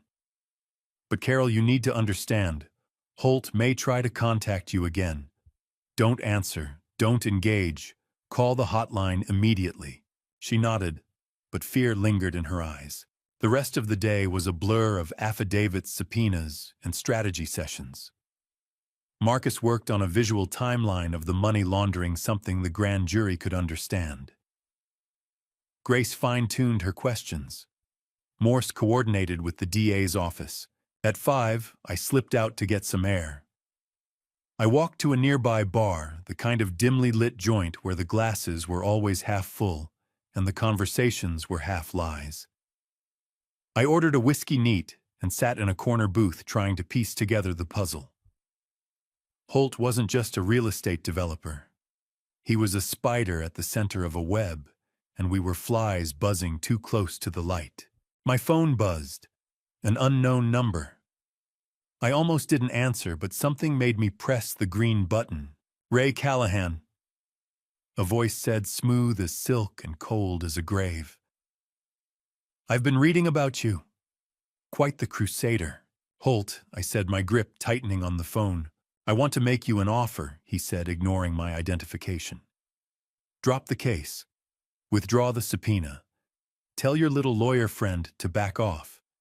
In return, you get to keep your garage. Your son gets to walk free. And your wife doesn't have an accident." My blood ran cold. "You're threatening my family. I'm offering you a way out," he said, his tone almost reasonable. "This doesn't have to end badly. Just walk away." "I'll see you in court," I said, and hung up. I sat there, the whiskey untouched, my mind racing. Holt knew where I lived. He knew about Derek. He knew about Carol. The realization settled like a stone in my gut. This wasn't just about justice anymore. It was about survival. I called Grace. He just called me. Holt. Yeah, he offered me a deal. Walk away or something might happen to my family. There was a pause. We need to get you and Carol and Derek into protective custody. Now. I'm not running, I said. I'm not asking you to run, she said. I'm asking you to be smart. Holt's capable of anything. We need to move fast. I hung up and looked at my reflection in the dark window. The face staring back was older than my years, eyes hardened by too many lies and too much loss. I finished the whiskey and headed back to the office. The night was a long one. Grace filed the motion for Holt to appear before the grand jury. Morse doubled the security detail. Marcus worked on encrypting the digital evidence, creating a backup that could be released if anything happened to us. At 2 a.m, I finally crashed on the office couch. My dreams were fractured images of red mud, of a wrench covered in blood, of Holt's face smiling as the garage burned. I woke to the sound of my phone ringing. It was Morse. "We've got a problem," he said, his voice tight. "Someone broke into Carol's safe house. She's gone." The safe house was on the outskirts of Tucson, a nondescript stucco bungalow surrounded by saguaros and silence. When Morse and I arrived, the front door was ajar, the lock splintered. The officers on scene were tense, weapons drawn. "We found this," one of them said, handing me a note. The paper was cheap, the handwriting spiky. "She's with us. Back off or she disappears for good." I felt my stomach drop. Carol was gone. Grace arrived, her face pale. "We need to call the judge. Now. This is witness tampering on a whole new level." Morse was already on the phone with the DA. "We're issuing an Amber Alert. Every cop in the state is looking for her." But I knew Holt. He wouldn't leave a trail. He'd have her in a private jet before sunrise. The office became a war room. Grace argued for an emergency hearing to admit the intimidation as evidence. Marcus worked on tracing the IP from Holt's last digital incursion, hoping to find a location. I sat at my desk, staring at the blank wall, trying to think like Holt. "He'll take her out of the country," I said finally. "Belize, the Caymans, somewhere with no extradition." "We've already alerted Interpol," Morse said. "But without a location, we're shooting in the dark." Grace rubbed her temples. "We need to move the grand jury up. Today. I'll ask the judge to convene immediately. We'll present what we have, the digital evidence, the money trail, the threats, and now the abduction. We'll ask for an indictment on multiple counts, including kidnapping. And if we don't get her back," I asked, my voice hoarse. "Then we keep going." Grace said, her eyes fierce. "We don't let Holt win." The judge agreed to convene the grand jury at 3 that afternoon. The courtroom was packed. Reporters, cops, Holt's entourage. Holt himself sat at the defense table looking cool and collected, as if he were attending a business meeting rather than facing a kidnapping charge. The grand jury was a strange beast. No judge, no public. Just 16 ordinary people, a court reporter, and the prosecutors. Grace and Morse would present the evidence. Holt's lawyer Gantry would try to poke holes. Grace called Marcus first. He explained the digital trail in layman's terms: shell companies, crypto payments, IP addresses. He showed the timeline, the transfers, the access logs, the frozen wire attempt. The grand jurors leaned forward, intrigued. Then Morse took the stand. He detailed the investigation, the threats, the break-in at the safe house. He played the recording of Holt's phone call to me, the one where he offered the deal. "The defendant is aware of the investigation," Morse said. "He's trying to influence the witness and the process." Gantry cross-examined, trying to cast doubt. "You have no physical evidence linking my client to the break-in." "We have motive," Morse shot back. "And we have opportunity." The IP from the digital incursion traces to a server in Holt's office building. Next, I testified. I told them about the red mud, the halon residue, the wrench, the blood. I identified Holt in the courtroom. I told them about the phone call, the threats, the fear in Carol's eyes. Gantry tried to trip me up.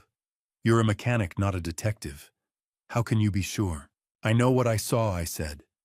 And I know what Holt is capable of. Finally, Grace called the lead officer on the safe house breach. He confirmed the forced entry, the missing person report, and the note. The victim is Carol Callahan, wife of the defendant's former business partner, the officer said. We believe she's been kidnapped. The grand jury deliberated for less than an hour. The foreperson handed the indictment to the judge. The room held its breath as the clerk read the charges: money laundering, fraud, obstruction of justice, witness, intimidation, and kidnapping. Holt didn't flinch. He just smiled as if he'd expected it all along. The judge ordered Holt held without bail. As the marshals led him away, he looked at me over his shoulder, his eyes promising retribution. The courtroom erupted in murmurs. Reporters rushed for the door. Grace, Morse, and I stood there exhausted but victorious. We got him, Morse said, clapping me on the back. We got the indictment, Grace corrected. But we still have to convict. And we still have to find Carol. I nodded, but my mind was elsewhere. Holt's smile haunted me. He hadn't looked defeated. He'd looked amused. We celebrated that night at a quiet bar, just the three of us. We drank to Carol, to Derek, to the truth finally coming out. But the celebration was bittersweet. Carol was still missing. Holt was in jail, but his organization was still out there. At midnight, my phone buzzed. An unknown number. I hesitated, then answered. You think you've won, Holt's voice said, smooth as ever. But this is just a pause. I have friends in high places. I'll be out soon. And when I am, I'm coming for you, Ray. And this time I won't miss. The line went dead. I looked at Grace and Morse, who were watching me. He's still playing games, I said, trying to sound calm. Grace's eyes were hard. We'll get him for the kidnapping. That's federal. He won't be out for a long time. He's got money, I said. And money talks. Morse finished his drink. Then we need to make sure the evidence is airtight. We need to find Carol. And we need to make sure Holt never sees the light of day again. I nodded, but sleep wasn't coming easy that night. Holt's words echoed in my mind. I'll be out soon. I stared at the ceiling, listening to the desert wind howl outside, and wondered if we'd just unleashed a monster we couldn't control. 2 days after Derek's name appeared in Whitfield's federal referral, Preston Holt stopped treating him like an accomplice and started treating him like a loose end. At 3:12 in the morning, I was sitting alone at my kitchen table with a cup of coffee I had not touched. Sleep had become something I only borrowed for a few minutes at a time. Every time I closed my eyes, I saw the same images: Derek on the curb, beside the wrecked Mustang, Carol sitting beside Detective Morse, instead of me and Officer Tate lifting that wrench from my car, like he had known exactly where to find it. Then my phone lit up. No caller ID, no number. Just a video file. Beneath it were 6 words. Come alone or your son disappears. For several seconds I did not move. Then I opened the file. The screen showed a dim concrete room with a single hanging light. Derek sat in a metal chair beneath it. His wrists were bound in front of him with plastic ties. He was not bleeding. He was not badly beaten. But the fear in his eyes was real. I had seen my son lie before. I had seen him fake panic at the crash site. This was different. This was the face of a man who finally understood that the people he served had never considered him family. A voice came from somewhere off camera. You always did build useful things, Ray. Cars, businesses, sons. Preston Holt. My hand tightened around the phone. Derek looked toward the voice, then back at the camera. Dad, he said, his voice shaking. Don't come here. Whatever he tells you, don't. The video cut off. I stood so fast, the chair scraped across the tile. For 1 second, every warning Grace had given me disappeared. Every motion, every subpoena, every legal step we had taken meant nothing beside one fact. My son was tied to a chair. I grabbed my keys and was halfway to the door when my phone rang again. Grace Norris. I answered with one hand on the doorknob. "Do not leave your house," she said. "He has Derek." "I know. Morse received the same file 30 seconds after you did." That stopped me cold. "What?" "Morse received a copy through an anonymous upload. So did Whitfield's office. Holt wanted law enforcement to know you received it." I looked back at the frozen video. Why would he do that? "Because he wants a record," Grace said. "He wants everyone to see the threat, then see you react to it. If you leave alone, he can turn your rescue attempt into obstruction, witness interference, or proof that you and Derek were coordinating." "He's my son." "I know," she said. "But right now, he is also a material witness, a possible co-conspirator, and the bait Holt is using to pull you out into the open." I hated that word because I knew it was true. A second call came in. Grace merged it. Detective Hank Morse's voice filled the line, rough and awake. "Ray, tell me exactly where you are." "My kitchen." "Stay there." "I'm not going to sit here while Holt." "You are going to sit there."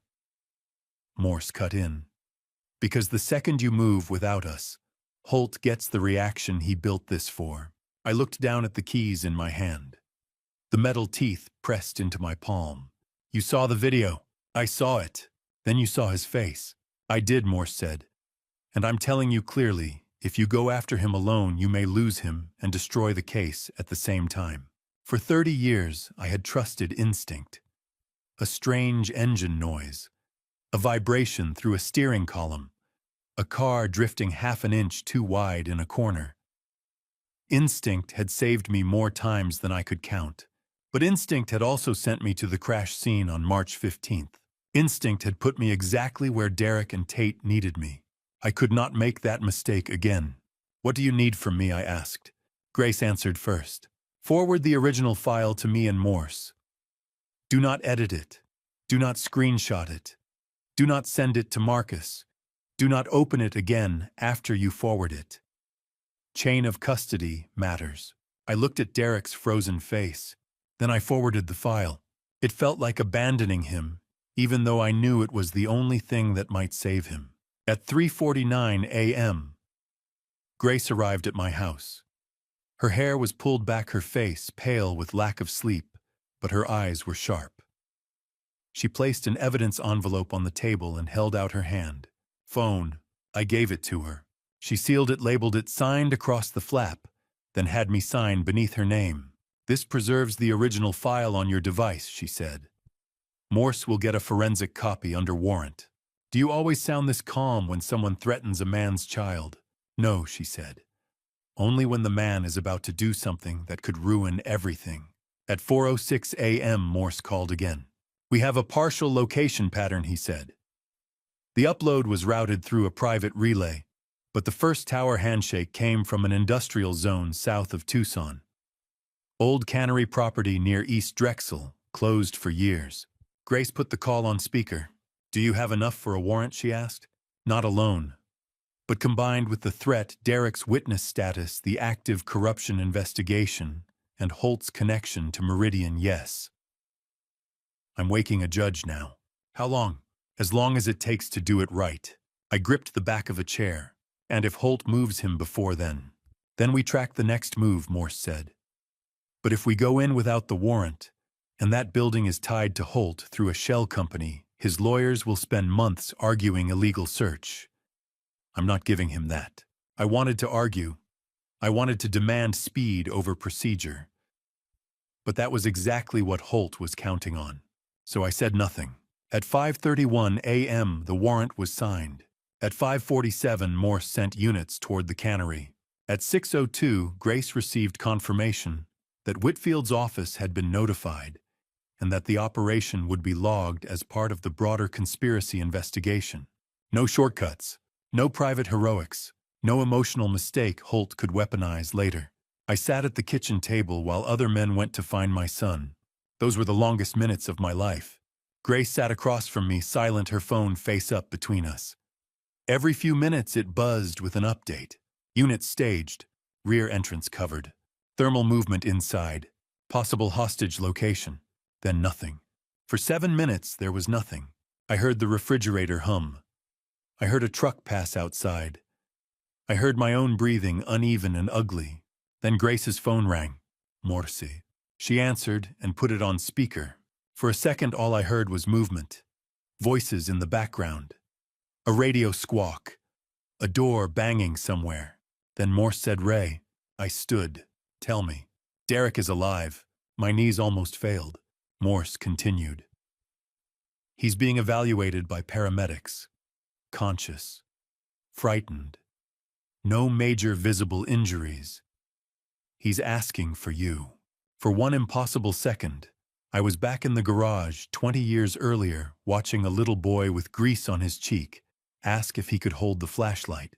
Then Morse spoke again. "Holt is gone." I opened my eyes. "What do you mean, gone?" "We believe he left before entry. Rear access tunnel through an old service corridor. We're checking cameras and nearby traffic now." Grace's face hardened. He expected the warrant.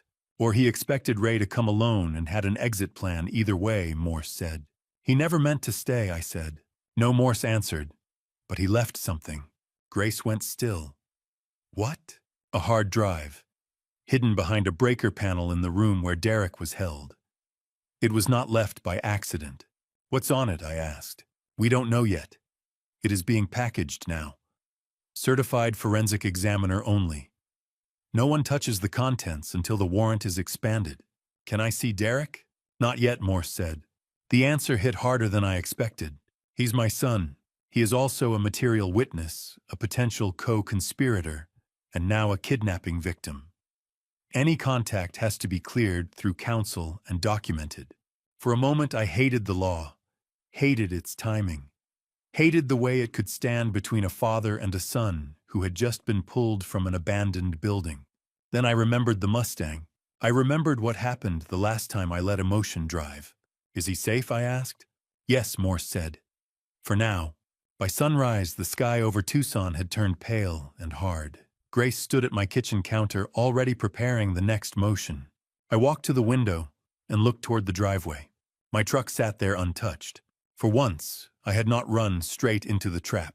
For once, Holt had opened a door in front of me, and I had refused to walk through it blind. But my son was alive, because strangers with warrants had reached him before I could. And Preston Holt was gone because he had planned for that too. I thought the night the Mustang disappeared was the moment this story began. I was wrong. That was only the first machine Holt turned against me. Now he had used my son the same way.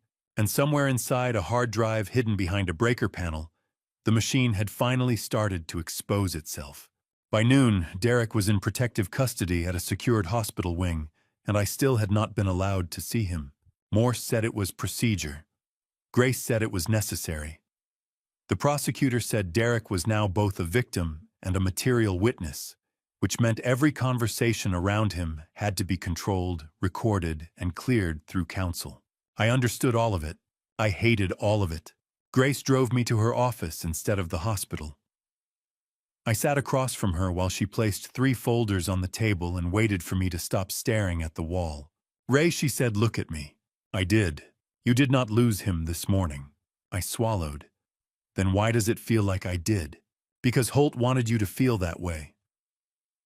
He used Derek the same way he used the Mustang, the garage, the warrant process, Carol's fear, and Tate's badge. Every piece was meant to make you react before you thought." She opened the first folder. Inside were printed stills from the cannery raid. The metal chair, the hanging light, the breaker panel where the hard drive had been hidden. Morse's team logged everything under warrant, she said. No private searches, no shortcuts. That means whatever is on that drive can survive court. What is on it? We don't know yet. A certified forensic examiner is imaging it now. Not Marcus, not us. Court-authorized procedure only. That mattered. I knew it mattered. but my mind kept going back to Derek's face in that video. At 2:15 p.m., Morse arrived with a sealed evidence summary. He looked tired in a way sleep would not fix. "The drive is encrypted," he said, sitting down. "But the directory labels are visible. Meridian payment logs, development correspondence, police contact notes, and one folder labeled Callahan_final. Grace did not move. I felt the room shrink. "What does that mean?" I asked. "It means Holt kept a master file," Morse said. "Maybe insurance, maybe arrogance, maybe both." Grace leaned forward. "Can your examiner access it?" "Not yet. But we don't need the full contents to act on what we already have. The visible directory structure alone supports expansion of the warrant. Whitfield is signing off on a federal referral." "Federal?" I asked. Morse nodded. "Public corruption, interstate financial transfers, shell companies, possible obstruction, and a staged homicide frame-up connected to a commercial development. This is no longer just a local prosecution." For the first time that day, I felt the ground under me shift in the right direction. Then Morse slid a photograph across the table. It showed a narrow hallway inside the cannery. On the floor near the exit was a black phone cracked at the corner. "We recovered this near the rear door," he said. "Preliminary check shows it received one call during the raid window." Grace looked at the photo. "From Holt." "No," Morse said. "From Carol." The name hit me harder than it should have. Grace's eyes narrowed. "Carol called the burner phone while Derek was being held. 31 seconds before the tactical team entered," Morse said. "The call lasted 8 seconds. I stared at the photo. What did she say?" "We don't know yet. The phone is locked, but the call record is there." The old version of me would have defended her, would have found a reason, would have said Carol was scared, confused, manipulated. That version of me had died in interview room B. Grace closed the folder slowly. "If Carol warned Holt, her cooperation agreement is in danger." Morse nodded. "Whitfield is already reviewing it." I stood and walked to the window. Outside, Tucson looked painfully normal. Cars moving, people crossing the street, sunlight on glass. The world had a cruel talent for continuing while your life came apart. Behind me, Grace said, "Ray, there is something else." I turned. She held up one final page. It was a copy of an email recovered from a Meridian server through subpoena. The sender name was hidden behind a coded account, but the subject line was visible. "Asset removal complete after conviction." My throat tightened. Grace read the first line aloud. "Once Callahan is remanded, initiate acquisition pressure through zoning liability and creditor distress." No one spoke for a moment. Then Morse said what all of us were thinking. "They never needed you dead, Ray. They needed you legally ruined." I looked at the page again. At the word conviction. At the calm corporate language wrapped around the destruction of my life. Derek had betrayed me. Carol had sold pieces of the truth. Tate had worn a badge into a crime scene he helped shape. But Preston Holt had done something worse than all of them. He had looked at my entire life and reduced it to a business obstacle. I sat back down. "What happens now?" I asked. Grace's voice was steady. "Now we stop reacting. We file to revoke Carol's cooperation protections unless she gives a complete supplemental statement. Morse expands the warrant. Whitfield freezes the Meridian-linked accounts. And you do not contact Derek until his attorney clears it." I looked at Morse. And Holt. Morse's face hardened. "Holt thinks he disappeared this morning," he said. "But people like him always leave through the door they prepared in advance. We're already watching it." That night I went home without seeing my son. I stood in the garage after dark, looking at the empty space where the Mustang used to sit. For months I had believed the car was the beginning of the story. I was wrong. The Mustang had only been the first witness. And now, piece by piece, every silent machine Holt had used against me was starting to testify. You know, sometimes I sit on the porch of my old garage and watch the sunset bleed over the desert, and I wonder how things got so tangled. I've lied, I've stolen, I've pointed a gun at a man who thought he owned the world. I'm not a hero. I'm just a mechanic who loved his family enough to get blood on his hands. If there's one thing I've learned, it's that evil doesn't always wear a black hat. It wears a suit and ties its shoes with shell companies. And God help me, I've seen what happens when good men look the other way. So here's my advice. Don't wait until the wolves are at your door. Stand up before the ground disappears beneath your feet. Speak out before the silence becomes your sentence. I ignored the red flags, the whispers, the way my gut twisted every time Holt smiled. I thought I could fix it all with a wrench and a prayer. I was wrong. These grandpa stories aren't just about me. They're about every family story who's ever been pushed around by someone with more money than morals.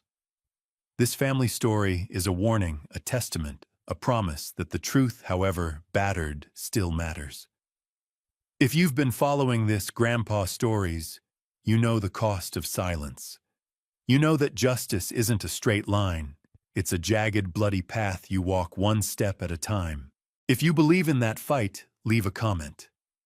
Share this with someone who needs to hear it. Subscribe for more grandpa stories that don't pull punches. Let's keep the conversation alive. Thank you for listening. And remember, the next chapter may contain fictional elements crafted for educational purposes.